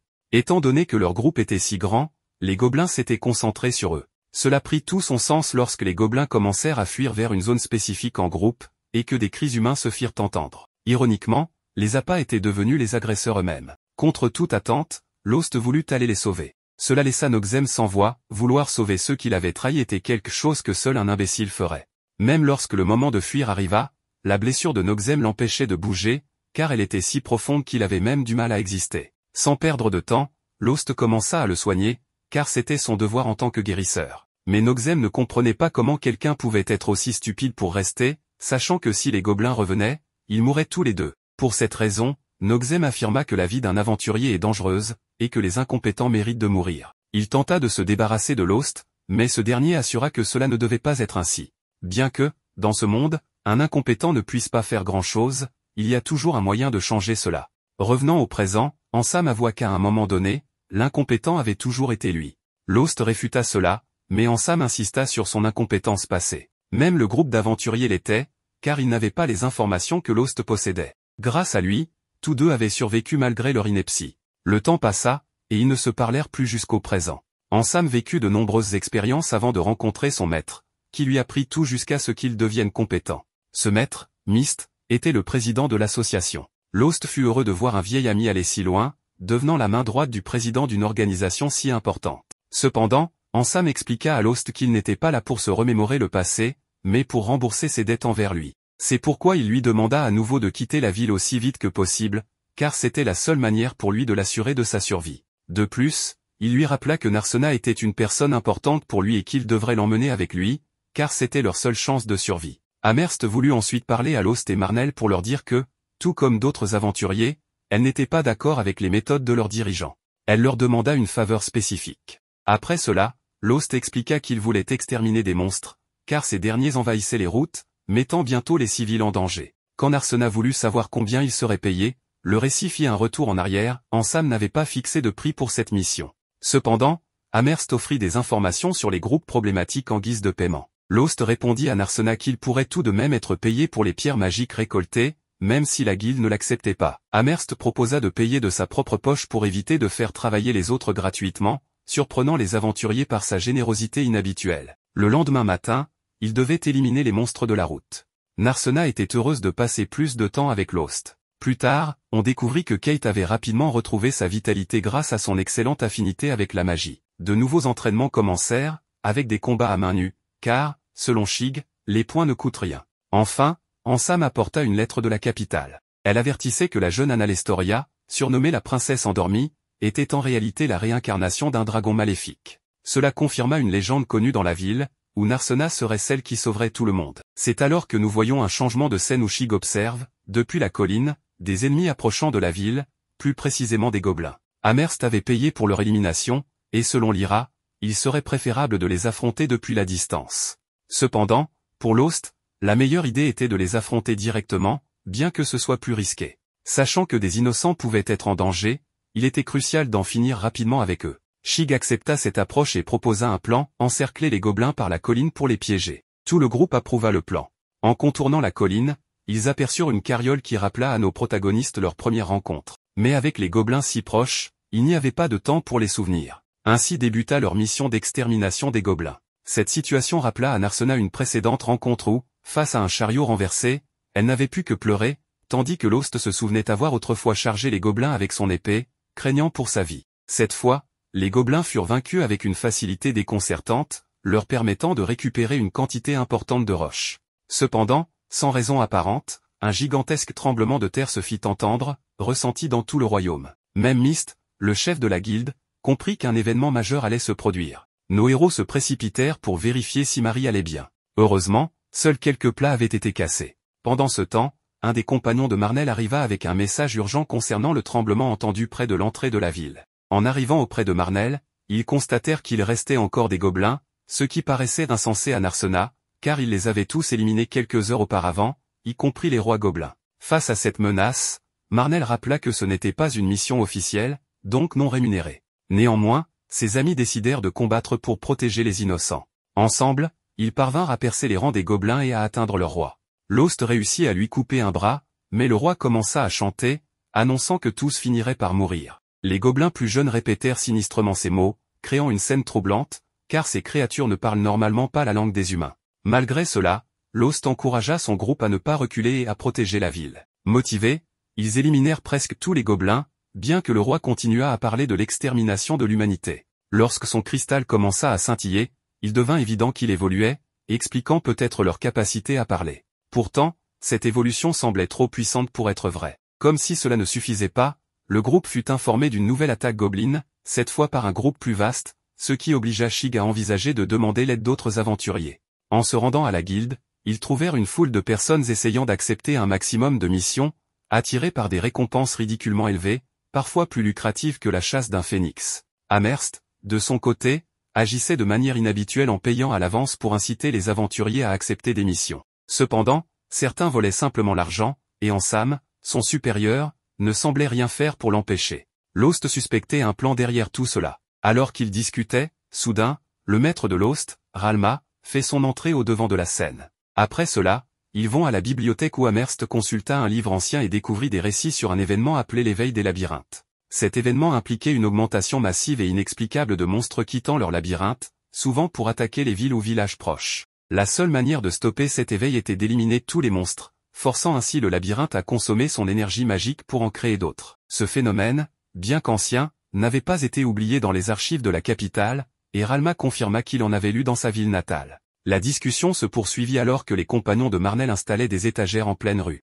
Selon Lost, cela pourrait être une bonne méthode pour protéger les proches, car si le soulèvement durait trop longtemps, les aventuriers pourraient ne pas réussir à sauver tout le monde, et un petit mur ne serait pas une mauvaise idée pour ralentir l'ennemi. C'est à ce moment-là que nous voyons Marnell réprimander Kate pour vouloir affronter les gobelins alors qu'elle est si jeune. L'aventurier lui rappela alors combien elle serait inutile au combat. Cependant, si quelqu'un pouvait transmettre des informations et des ordres, cela pourrait s'avérer nécessaire. Cela poussa les jeunes à simplement informer les autres de la direction à prendre en cas d'attaque, ce qui rappela à Lost son passé, car il avait lui-même été comme eux autrefois. Quant à Marnell, son seul souhait était de les protéger, vu le grand nombre d'ennemis. Et en parlant d'eux, ces derniers étaient arrivés à l'entrée de la capitale. Un groupe d'aventuriers, déterminés à gagner de l'argent, savait qu'ils devraient vaincre les gobelins. En bloquant l'entrée pour éviter qu'ils ne s'échappent, le combat commença. Cela surprit Lost, car à distance, il remarqua même des monstres de niveau moyen. Sa maîtresse, voyant qu'il ne comprenait pas comment autant de gobelins étaient entrés si rapidement, lui expliqua simplement qu'ils étaient passés sans plus. Elle lui rappela également qu'il devrait arrêter de se sentir coupable pour tout, car depuis son réveil, il n'avait cessé d'essayer de résoudre ces invasions. C'est alors que deux liches apparurent en plein jour et ordonnèrent aux monstres de tuer tous les humains possibles. Tandis que Shig réfléchissait à la possibilité d'une mutation, Ralma profita du moment pour attaquer les monstres distraits avec son feu et gagner du terrain. Pendant ce temps, le reste du groupe faisait tout son possible pour remporter la victoire. Après un certain temps, bien que la victoire semblait proche pour les humains, une seconde vague de gobelins était prête à continuer le combat. Contrairement aux gobelins, Ralma était à bout de force et décida de prendre un repos bien mérité, laissant Shig et Lost parmi les rares encore capables de lutter. Au milieu du combat, Shig perdit le contrôle après avoir trébuché sur une bûche, le laissant à la merci de l'ennemi. Soudain, sans explication, quelque chose commença à éliminer tous les monstres de la zone. En même temps, Shig fut réprimandé pour une erreur de novice. À ce moment-là, Ronaldo apparut. Il était un maître d'armes qui avait autrefois formé Narsena. Malgré une certaine tristesse que son élève ait préféré les arts martiaux à l'escrime, il reconnut que Lost était devenu un meilleur apprenti. Peu après, Ralma reprocha à Ronaldo d'arriver tard. Cependant, face au grand nombre d'ennemis, Ronaldo mit rapidement fin à la discussion et, d'un seul coup, élimina presque toute la vague de gobelins. Plus tard, Ansam apparut par une porte magique, demandant la coopération de Ralma pour rencontrer le maître du groupe. Bien que Ralma fût fascinée par cette magie supposée perdue depuis 300 ans, elle accepta de l'accompagner, se sentant en sécurité avec Ronaldo à proximité. Lost insista pour venir également, ayant de nombreuses questions à poser au maître du groupe. Ansam les invita tous deux, ainsi que Narsena, à traverser la porte, qui les transporta dans une pièce complètement différente. Bien que Narsena fût quelque peu effrayé, son compagnon lui promit de la protéger si nécessaire. Enfin, ils rencontrèrent Myst, le maître du groupe, qui fut immédiatement attaqué par Ralma avec une boule de feu.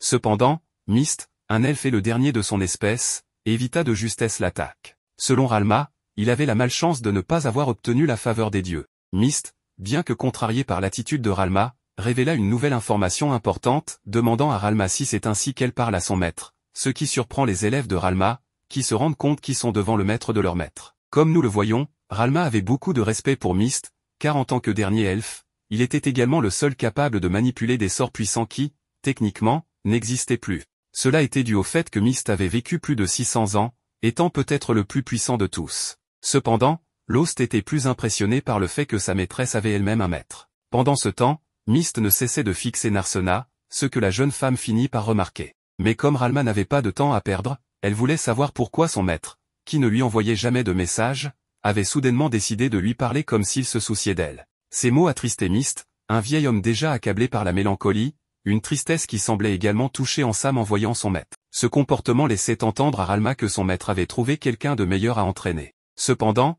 Myst affirmait qu'elle avait tort, car son nouvel élève était totalement inutile et dépourvu de talent pour la magie, en comparaison à elle. De son côté, Ansam, loin de nier son manque de talent, affirmait que le simple fait de recevoir des ordres de Myst était la seule direction dont il avait besoin dans sa vie. Il lui promit de toujours le suivre. Ce discours finit par agacer Ralma, qui voulait aller droit au but.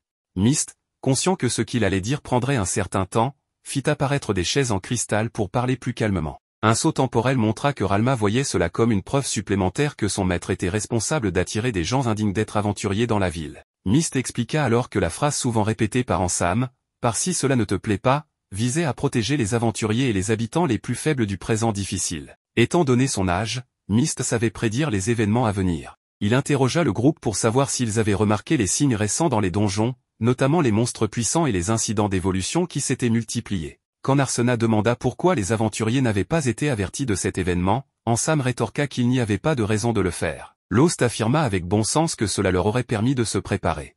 Ansam expliqua que bien qu'ils sachent que cela arriverait, ils ignoraient la date exacte, cela pouvait être aujourd'hui ou dans 2 ans. Par conséquent, prévenir à l'avance aurait simplement conduit à l'oubli. Ralma n'était pas convaincue, pensant qu'il y avait d'autres raisons inavouées. Elle soupçonnait même que Myst contrôlait ces événements, ce que ce dernier démentit. S'il en avait eu le pouvoir, il aurait arrêté tout cela pour éviter de perdre son temps à expliquer les choses. Il révéla qu'il n'avait rien dit parce qu'une autorité supérieure leur avait ordonné de garder le silence. Myst précisa que ce n'était pas le simple ordre de la guilde locale, mais de ceux qui dirigent toutes les guildes d'aventuriers du pays. Même si Ansam hésitait à en parler, Myst n'y voyait plus d'inconvénient, car la situation actuelle rendait tout évident. Ralma expliqua que les jours à venir seraient très durs, avec des monstres surgissant sans cesse, affectant de nombreuses villes, jusqu'à ce que les donjons perdent suffisamment d'énergie pour que les monstres disparaissent. Cependant, étant éloignés de la capitale, il savait que les dirigeants les plus importants n'en souffriraient pas et qu'eux devraient faire tout le travail sale. Cette idée indigna Narsena,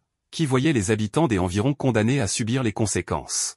Ralma demanda à Myst si les gigantesques piliers disséminés dans la ville étaient une mesure pour limiter les pertes. Myst confirma que c'était une sorte de dernier recours. Myst proposa alors un marché à Ralma, étant la personne avec le plus de magie dans son corps, elle était la plus apte à les aider. Ansam expliqua qu'il devait descendre au niveau le plus bas du donjon pour vaincre le chef final. Bien que cela semble impossible, ils avaient une idée approximative de l'endroit où ils se trouvaient, et l'éliminer réduirait considérablement l'énergie du donjon.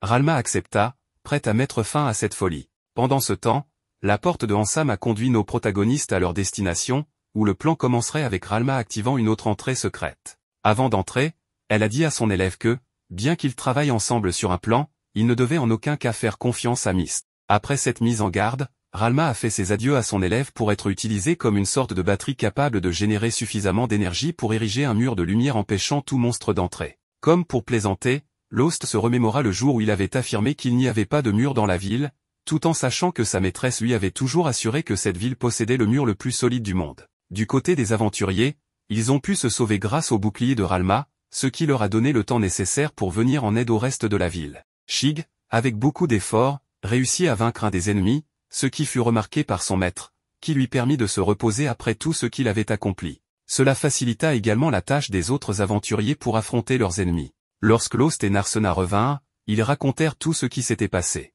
Cependant, Ronaldo trouva étrange que Ralma accepte d'être utilisée comme batterie humaine. Lost s'en aperçut aussi, d'autant plus que le mur couvrait même le ciel, ce qui nécessitait une quantité de magie incroyablement colossale. Bien que sa maîtresse fût puissante, elle risquait de manquer d'énergie. Selon Armia, l'utilisation excessive de magie pourrait entraîner une fatigue magique pour Ralma, bien que cette règle ne s'applique pas si l'énergie du mage est directement absorbée par la zone où il se trouve. Les adieux de Ralma commencèrent à prendre plus de sens pour Lost. Au même moment, un nouveau monstre fit son apparition, un griffon se dirigeant droit sur eux. Bien que Ralma ait érigé un bouclier, le monstre tenta continuellement de le briser, l'obligeant à consommer plus de magie que nécessaire. Ronaldo et son groupe décidèrent d'aider Lost, lui rappelant qu'il devait davantage faire confiance à ses amis.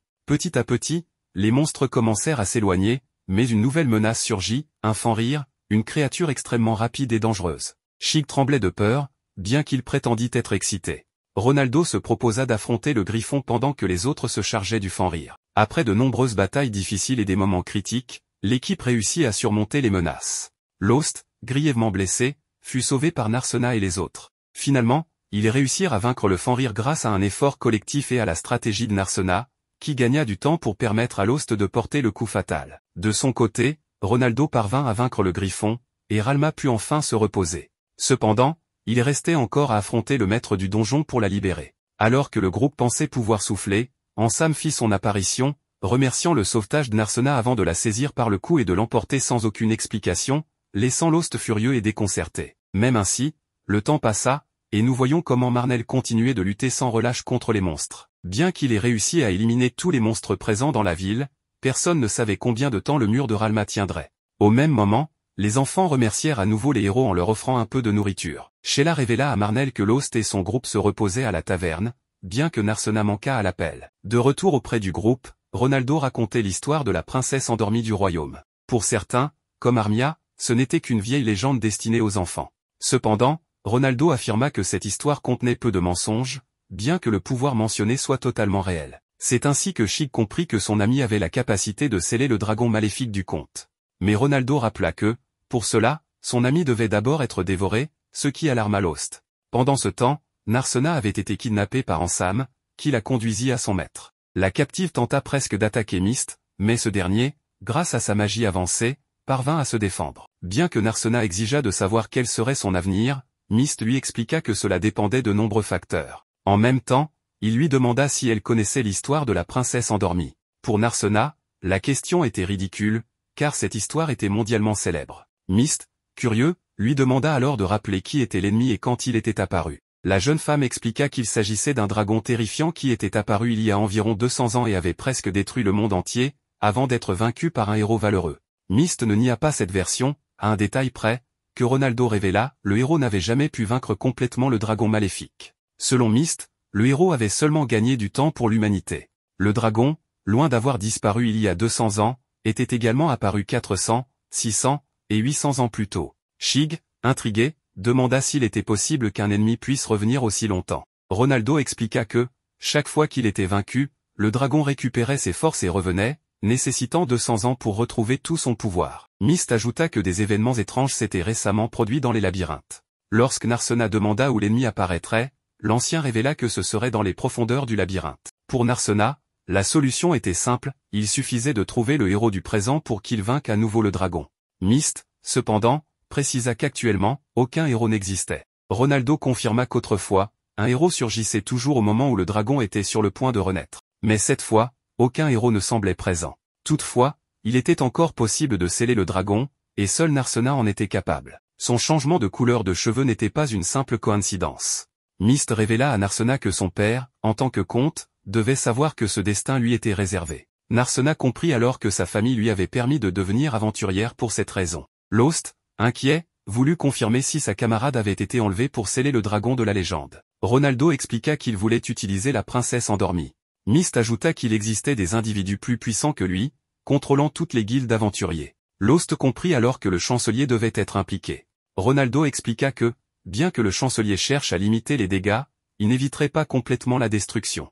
Lost réalisa que le chancelier serait prêt à sacrifier une grande partie de la population si nécessaire. Le labyrinthe, étant trop proche de la ville, attirait les monstres, rendant celle-ci particulièrement vulnérable. Myst expliqua que, lors de la destruction de la ville, nobles, roturiers, et même le roi prendraient les armes. Cela permettrait au chancelier d'imposer des taxes encore plus élevées en échange de protection pour les civils. Les monstres servaient ainsi d'outil parfait pour asseoir son contrôle. Ce plan pour Narsena était bien trop insensé, mais Myst savait que le chancelier avait une philosophie très arrêtée. Si celui-ci pensait que cette méthode était la seule façon de sauver le monde, il n'hésiterait pas à agir en conséquence. Ansam, de son côté, rappela à Narsena qu'à chaque réveil du dragon, un labyrinthe différent apparaissait. Cependant, en jugeant par l'activité récente des monstres, il était probable que ce nouveau labyrinthe surgisse à Marda. Shig, pour sa part, ne comprenait pas pourquoi les habitants de la ville n'avaient pas été prévenus afin de se mettre à l'abri. Ronaldo affirma qu'il l'avait été, mais le chancelier voulait éviter tout désordre. Myst, de son côté, préféra agir différemment. C'est pourquoi il avait secrètement construit un mur sans l'approbation du chancelier, afin de protéger la ville autant que possible. Armia, soucieuse des jeunes femmes, demanda ce qu'il adviendrait d'elle. Ronaldo expliqua que Ralma avait passé un accord, être le bouclier de la ville à condition d'essayer de la sauver en affrontant le maître du labyrinthe. Cependant, tant que ce dernier ne serait pas vaincu, leur vie serait en grand danger. Pour cette raison, Narsena devenait l'alternative la plus viable, le plan B. Lorsque le dragon se réveillerait, il suffirait qu'elle sacrifie sa vie. Lyra, cependant, soupçonnait que Myst avait d'autres plans en tête, ce que Ronaldo confirma comme une possibilité. Même s'il venait à vaincre le maître du labyrinthe, cela avait peut-être échoué parce qu'il n'avait jamais atteint les zones les plus profondes de celui-ci, jugées trop dangereuses. Lyra et Armia craignaient les labyrinthes inexplorés, connus pour être la source des pires problèmes. C'est pourquoi Ronaldo décida de les explorer, après avoir obtenu l'accord de Lost et de Shig. Le groupe était prêt, il ne laisserait personne derrière. Pendant ce temps, Narsena fut transporté grâce à un cercle de téléportation vers une magnifique salle qu'elle n'avait jamais vue auparavant. Ses compagnons se préparaient à entrer dans le labyrinthe, supposément vidé de ses monstres, puisque la plupart étaient sortis à l'extérieur. Mais dès qu'ils commencèrent à en croiser, la deuxième phase de l'événement s'enclencha. Narsena fit face à un cyclope d'un niveau extrêmement élevé. Myst expliqua que c'était normal puisqu'il se trouvait dans les profondeurs du labyrinthe de Marda. Il indiqua à Narsena que le maître du labyrinthe se trouvait droit devant. Lost retrouva enfin son ami, bien que des géants ennemis leur barraient encore le chemin. Sans hésitation, Lost les attaqua et les vainquit rapidement, déterminé à sauver son ami. Lorsqu'ils la rejoignirent, Myst leur révéla qu'il n'était pas d'accord avec la philosophie du chancelier et qu'il souhaitait simplement minimiser les dégâts. Pourtant, Ronaldo savait que pour cela, il risquait de perdre Ralma et Narsena.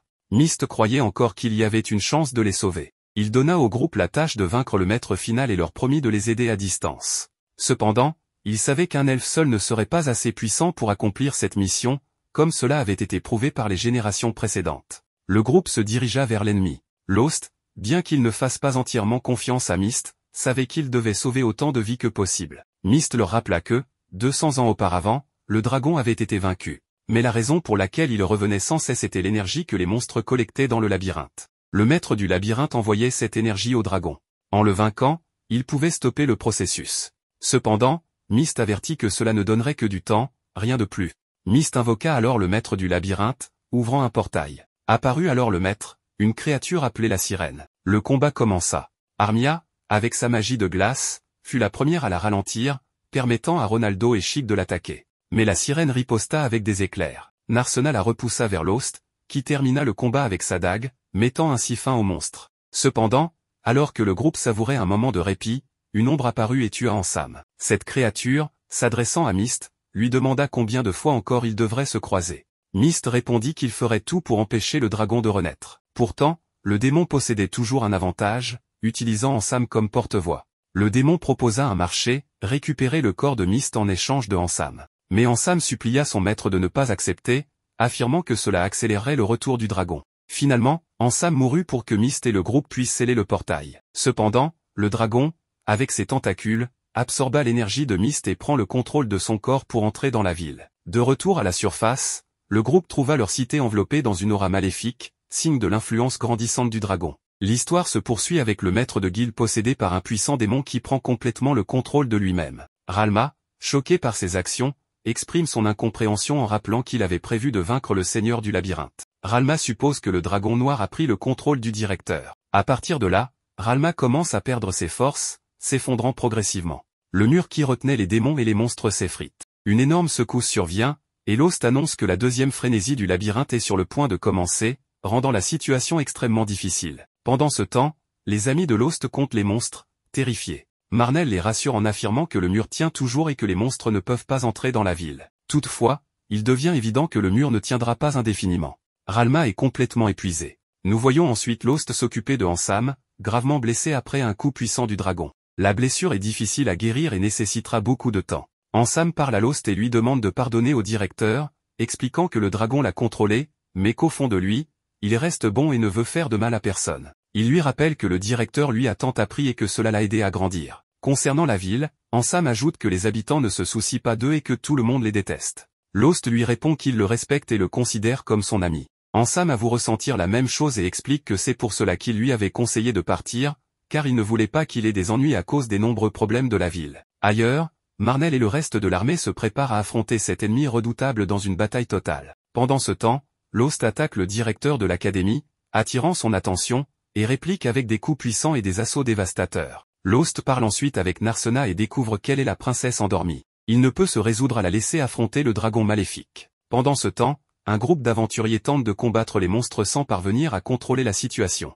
Lost fait équipe avec Armia, qui utilise son pouvoir pour le soulever vers le vieil homme afin qu'il puisse le poignarder avec le couteau dans sa main. Le vieil homme se moque d'eux et les qualifie de simples humains téméraires. Avant que Lost ne puisse agir, le vieil homme le poignarde à l'estomac, et il s'écroule au sol. Narsena décide d'aller vers lui pour vérifier s'il est vivant. Pendant ce temps, les aventuriers continuent de combattre les monstres. Narsena atteint Lost, inconscient, et Lyra utilise ses pouvoirs pour le soigner. Shig affirme que si la situation continue ainsi, le mur s'effondrera. Ronaldo rejoint la conversation et suggère qu'ils doivent trouver un moyen d'évacuer les habitants de la ville avant l'arrivée des monstres. Narsena réfléchit à une solution et propose d'utiliser le pouvoir de la princesse endormie en dernier recours. Ronaldo exprime ses doutes en précisant que ce pouvoir peut endormir le dragon maléfique, mais qu'il n'est pas très puissant et ne durera pas plus de 10 ans. Narsena comprend que 10 ans est une période limitée mais qu'elle peut offrir un répit. Elle se dirige vers le vieil homme en affirmant que si le héros échoue, ils devront chercher une autre solution. Elle est convaincue que son frère aîné peut réussir. Devant le vieil homme, Narsena s'adresse directement au démon en lui demandant de la tuer. Elle court vers lui à pleine vitesse, convaincue que le désir de dévorer la princesse endormie ne peut être vaincu. Le vieil homme lui demande la raison de sa venue, mais elle ne répond pas. À ce moment-là, Lost la voit et entre dans une rage incontrôlable, se transformant en bête. Le vieil homme, choqué, ignore ce qu'est ce pouvoir que personne d'humain n'a jamais possédé. Lost écarte Narsena et attrape le vieil homme, déclenchant une attaque brutale contre lui. Tout le monde est terrifié alors que Lost continue d'attaquer. Au moment où il s'apprête à porter le coup final, Narsena l'arrête et lui dit calmement qu'elle est à ses côtés. Ces paroles ramènent Lost à lui-même, et il retrouve sa véritable forme. L'entité maléfique Mist tente de s'échapper, ce que Ansem remarque immédiatement. Il alerte Lost en disant que Mist est en fuite. Narsena avance et déclare vouloir gérer cela pour aider le groupe. Ensemble, ils poursuivent Mist et l'attaquent. Finalement, le dragon maléfique est expulsé du corps de Mist. Ce dernier les remercie pour leur aide, tout en les avertissant que même si le flux d'énergie magique a été coupé, il n'y a pas de danger immédiat. Le dragon maléfique ne reviendra pas à la vie pour le moment, et la mana autour de la ville se dissipera progressivement. Mist exprime sa gratitude en disant que tout cela est grâce à eux. Ansem lui prend la main et répond en disant qu'il considère Mist comme un père. La ville retrouve alors son état d'origine, paisible et intact. L'histoire se poursuit avec Ronaldo, qui vérifie l'état de Ralma. Il lui affirme avoir juré de la protéger même au péril de sa vie. Ralma le remercie et lui propose de continuer à vivre ensemble et à se soutenir mutuellement. Nous voyons ensuite un homme lire une lettre annonçant que Myst s'est dissipé, que le dragon maléfique est plongé dans un sommeil temporaire et que la princesse endormie est en sécurité. Toutefois, il ajoute qu'il n'y a peut-être personne capable de remplacer le héros. La scène se déplace vers la guilde, où Ansam annonce à Amherst qu'elle est le nouveau maître de guilde, ce qui la surprend, ainsi que tous les aventuriers présents. Elle demande pourquoi Ansam ne peut pas prendre le relais, alors, il lui répond qu'il a d'autres projets et qu'il n'a pas le talent pour diriger les autres. Sachant à quel point elle aime l'argent, Ansam se rapproche d'Amherst et lui annonce le salaire d'un maître de guilde, ce qui pousse Amherst à accepter de travailler dur pour reconstruire la ville et sa guilde. Nous voyons ensuite tout le monde réuni dans un restaurant. Ronaldo commente que la situation dépasse leurs capacités et suggère de laisser cela à la guilde de la capitale royale. Il estime qu'ils n'ont plus besoin de s'impliquer avec Lost. Plus tard, Lost parle à Narsena et lui dit qu'ils ont accompli tant de choses, mais que le dragon maléfique se réveillera un jour. Il annonce qu'il a décidé de partir en voyage pour trouver le héros et lui propose de l'accompagner. Narsena répond qu'elle est là pour le soutenir et qu'elle n'a jamais changé d'avis. Ensemble, ils quittent la ville en faisant leurs adieux à tout le monde. Les habitants sont attristés par leur départ. Armia affirme que laisser Lost et Narsena partir n'a pas été une décision facile, mais qu'ils ont choisi ce chemin eux-mêmes. Elle ajoute qu'ils ne devraient pas les en empêcher et qu'ils se retrouveront dans un labyrinthe un jour.